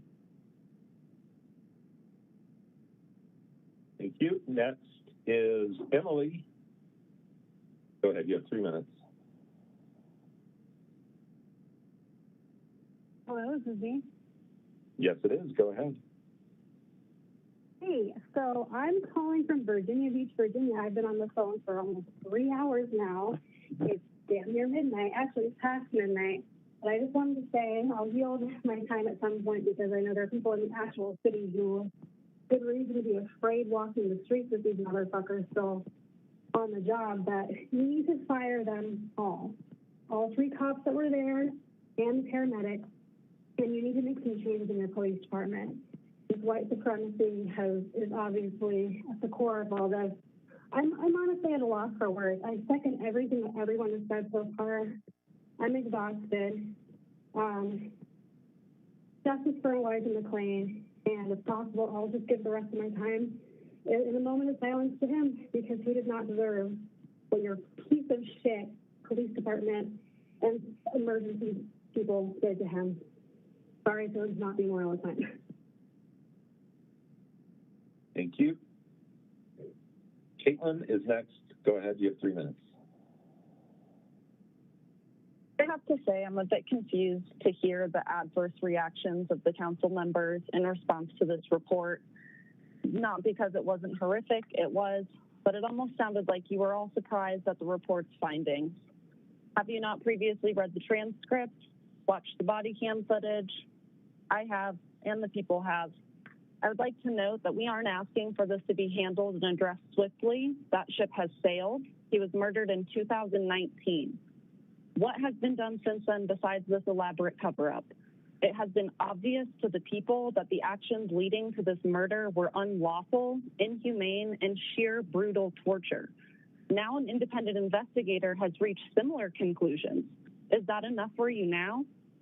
The constitutional requirements were not met to result in a Terry stop or frisk, let alone the brutal excessive force of and the administering of ketamine with no meaningful observations or diagnostic examination. The constitutional requirements certainly weren't met to murder either. It was stated that your system in your city has serious and significant accountability weaknesses. Address that now with action. I'm honestly sick of hearing their names. The people have clearly stated who to fire them, and nothing less. In addition, you all need to advocate for these criminal charges for them and Rosenblatt. Anything less is disgusting. I'm done. Our next speaker is Teresa. Go ahead. Hi, I just, after listening to all this and you guys just sitting there, not showing any sympathy, I just really question where your souls are at. And on top of that, I question how you were raised and how your mothers are, because the carelessness blows my mind completely. And the fact that all of us are taking time out of our day to, shed even more light and attention on what we all know needs to be done is mind-blowing. Again, it's just completely mind-blowing, and I'm just disgusted in a lot of human beings. I don't even know how you people can live with yourselves and sleep at night. And I'm not going to ramble on. Just again, I truly believe that you're all soulless. You're extremely soulless individuals. That's all I have to say. Fuck yourselves. All right, next is Samantha. You have 3 minutes. Go ahead. Hi. So I just want to say, I want to reiterate everything that everyone has said on these calls has been tremendous. Thank you to all of the people who are coming up and supporting Elijah McClain. And literally, it is so late. We've been on the phone for hours. So thank you to the people who are standing up and using our voices, because clearly our money is not good enough. Our money that pays your bills is not good enough to have you listen to us and act on our behalf, because that is literally your job. So my question is, who is pulling your strings?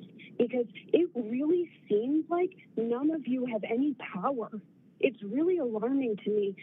There are a few of you who are brave enough to be on camera and are showing up and showing your faces and trying your best to do something, but it's like performative powerlessness. And it's like this never-ending system of passing it off, of, oh, somebody else will do this. Somebody else will fix this. Oh, I can't do this by myself. This is literally your job that we elected you to do.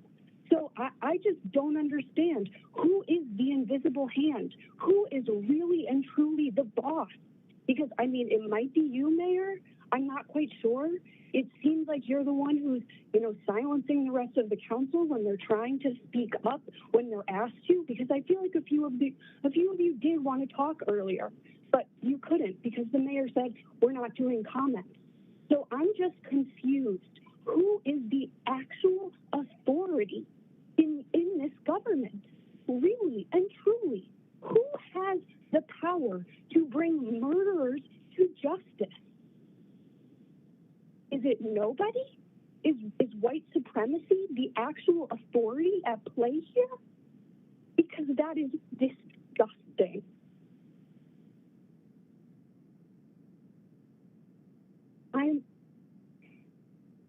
I'm a millennial. I was raised on the illusion that police are here to help us and to protect us. It has been earth-shattering to realize the terror that the police have inflicted on the Black and brown communities. I am disgusted at the ways in which people are terrorized by the color of their skin. I am ashamed to be a white person in this country that makes being Black or brown Minutes are up. You could make a death sentence. Thank you.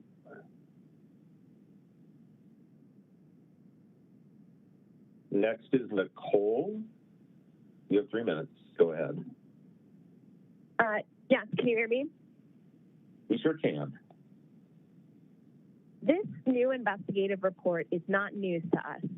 It is information that confirms what we already knew within our bones, within our experiences, and within the long history of police brutality in this country, and from even just the most basic understanding of what happened to Elijah McClain. The new investigation states that the Major Crimes Unit stretched the record to exonerate officers rather than present a neutral version of the facts. With such a damning new report confirming sweeping corruption, Officers Woodyard and Rodema should be fired and the investigation should be reopened. Paramedic Cooper and Lieutenant Kuchinik should be fired. The detectives who carried out the corrupt Major Crimes Unit investigation should be fired. Change the systems in place. The new report states Elijah McClain was stopped without any reasonable cause. He was stopped for being a Black man. Police acted on the fear that is a result of the weaponization of Black skin, and it led to the use of force within 10 seconds with no probable cause. He was placed in 2 dangerous carotid holds while he pleaded for his life.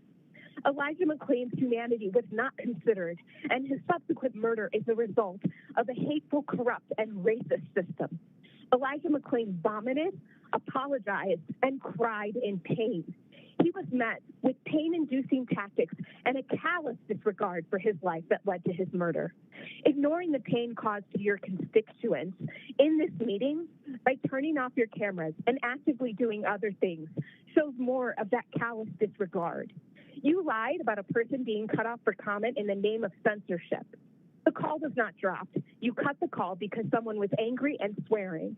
It has been 18 months and you are censoring anger. This process has been painstakingly long and extremely painful, and our eyes are on you. As you continue to do nothing, you are complicit. I'm asking you to consider Elijah's humanity. We need more than your sympathy. We need more than conversation. We need action. We need you to not waste your time on pedantic issues and trying to silence a public fighting for our humanity. With the current corrupt structures in place, you're protecting the hateful criminalization, brutalization, and murder of Black bodies. Justice for Elijah McClain. I'm done. Next is Audrey. You have 3 minutes. Go ahead. You guys hear me okay? You might speak up a little Hear louder. me? Go ahead. Okay. I accidentally put the phone off speaker. Sorry about that. Okay. So, after listening to the call and kind of watching the news report that just came on TV not but 10 minutes ago, it's hard for me not to get emotional, I want to say that I can't believe that we're having this conversation. We're even having this talk. But I'm not surprised because of, what's gone on in, our society today and has for hundreds of years. And, I feel like you all know what you need to do. I'm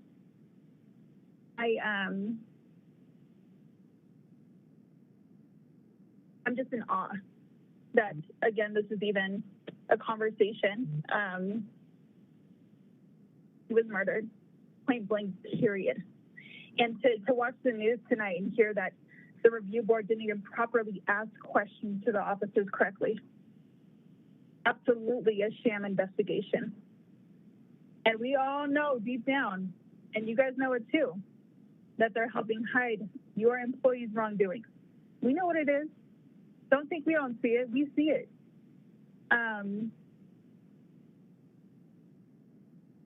Get to the point where they're even just they're just working on, quote unquote, firing them. That first week of that incident, they all should have been charged with murder. Because I'm going to tell you, all of you who aren't listening on the board right now, first off, disrespectful. Thank you to those who are listening and who are, helping us fight as well. I appreciate you. We appreciate you.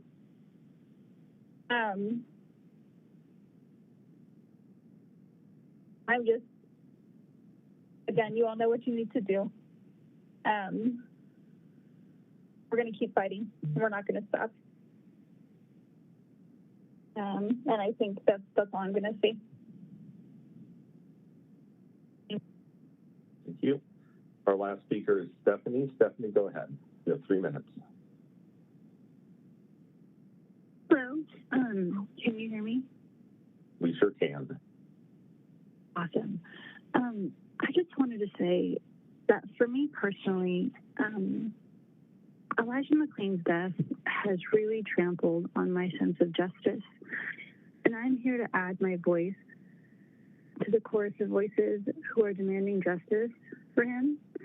I want to join the public outcry for the immediate termination and prosecution of the officers and fire rescue paramedics responsible for Elijah's murder. As we all know, they are Nathan Woodyard, Randy Redeemer, Jeremy Cooper, Peter Tuchnick, and Jason Rosenblatt. I also want to bring attention to the peaceful activists who've been arrested and have had false criminal charges brought against them. I think that those charges should be dropped. I think that's fairly obvious. I also want to note that the former officers, who are Jason Rosenblatt, Erica Marrero, Kyle Dietrich, who have been fired, should remain fired for their unprofessional, callous, and in Rosenblatt's case, literally murderous actions. I want to echo all of the sentiments that everyone before me has mentioned, and done so, in my opinion, very eloquently considering the circumstances. Thank you all for being a part of this movement. That is all. Thank you. Are there any further speakers? All the speakers signed up. And I thank the speakers for waiting and for their comments, and thank the members for participating in this tonight. And I'll announce tomorrow when we'll have an additional meeting with the panelists. Meeting adjourned. Thank you.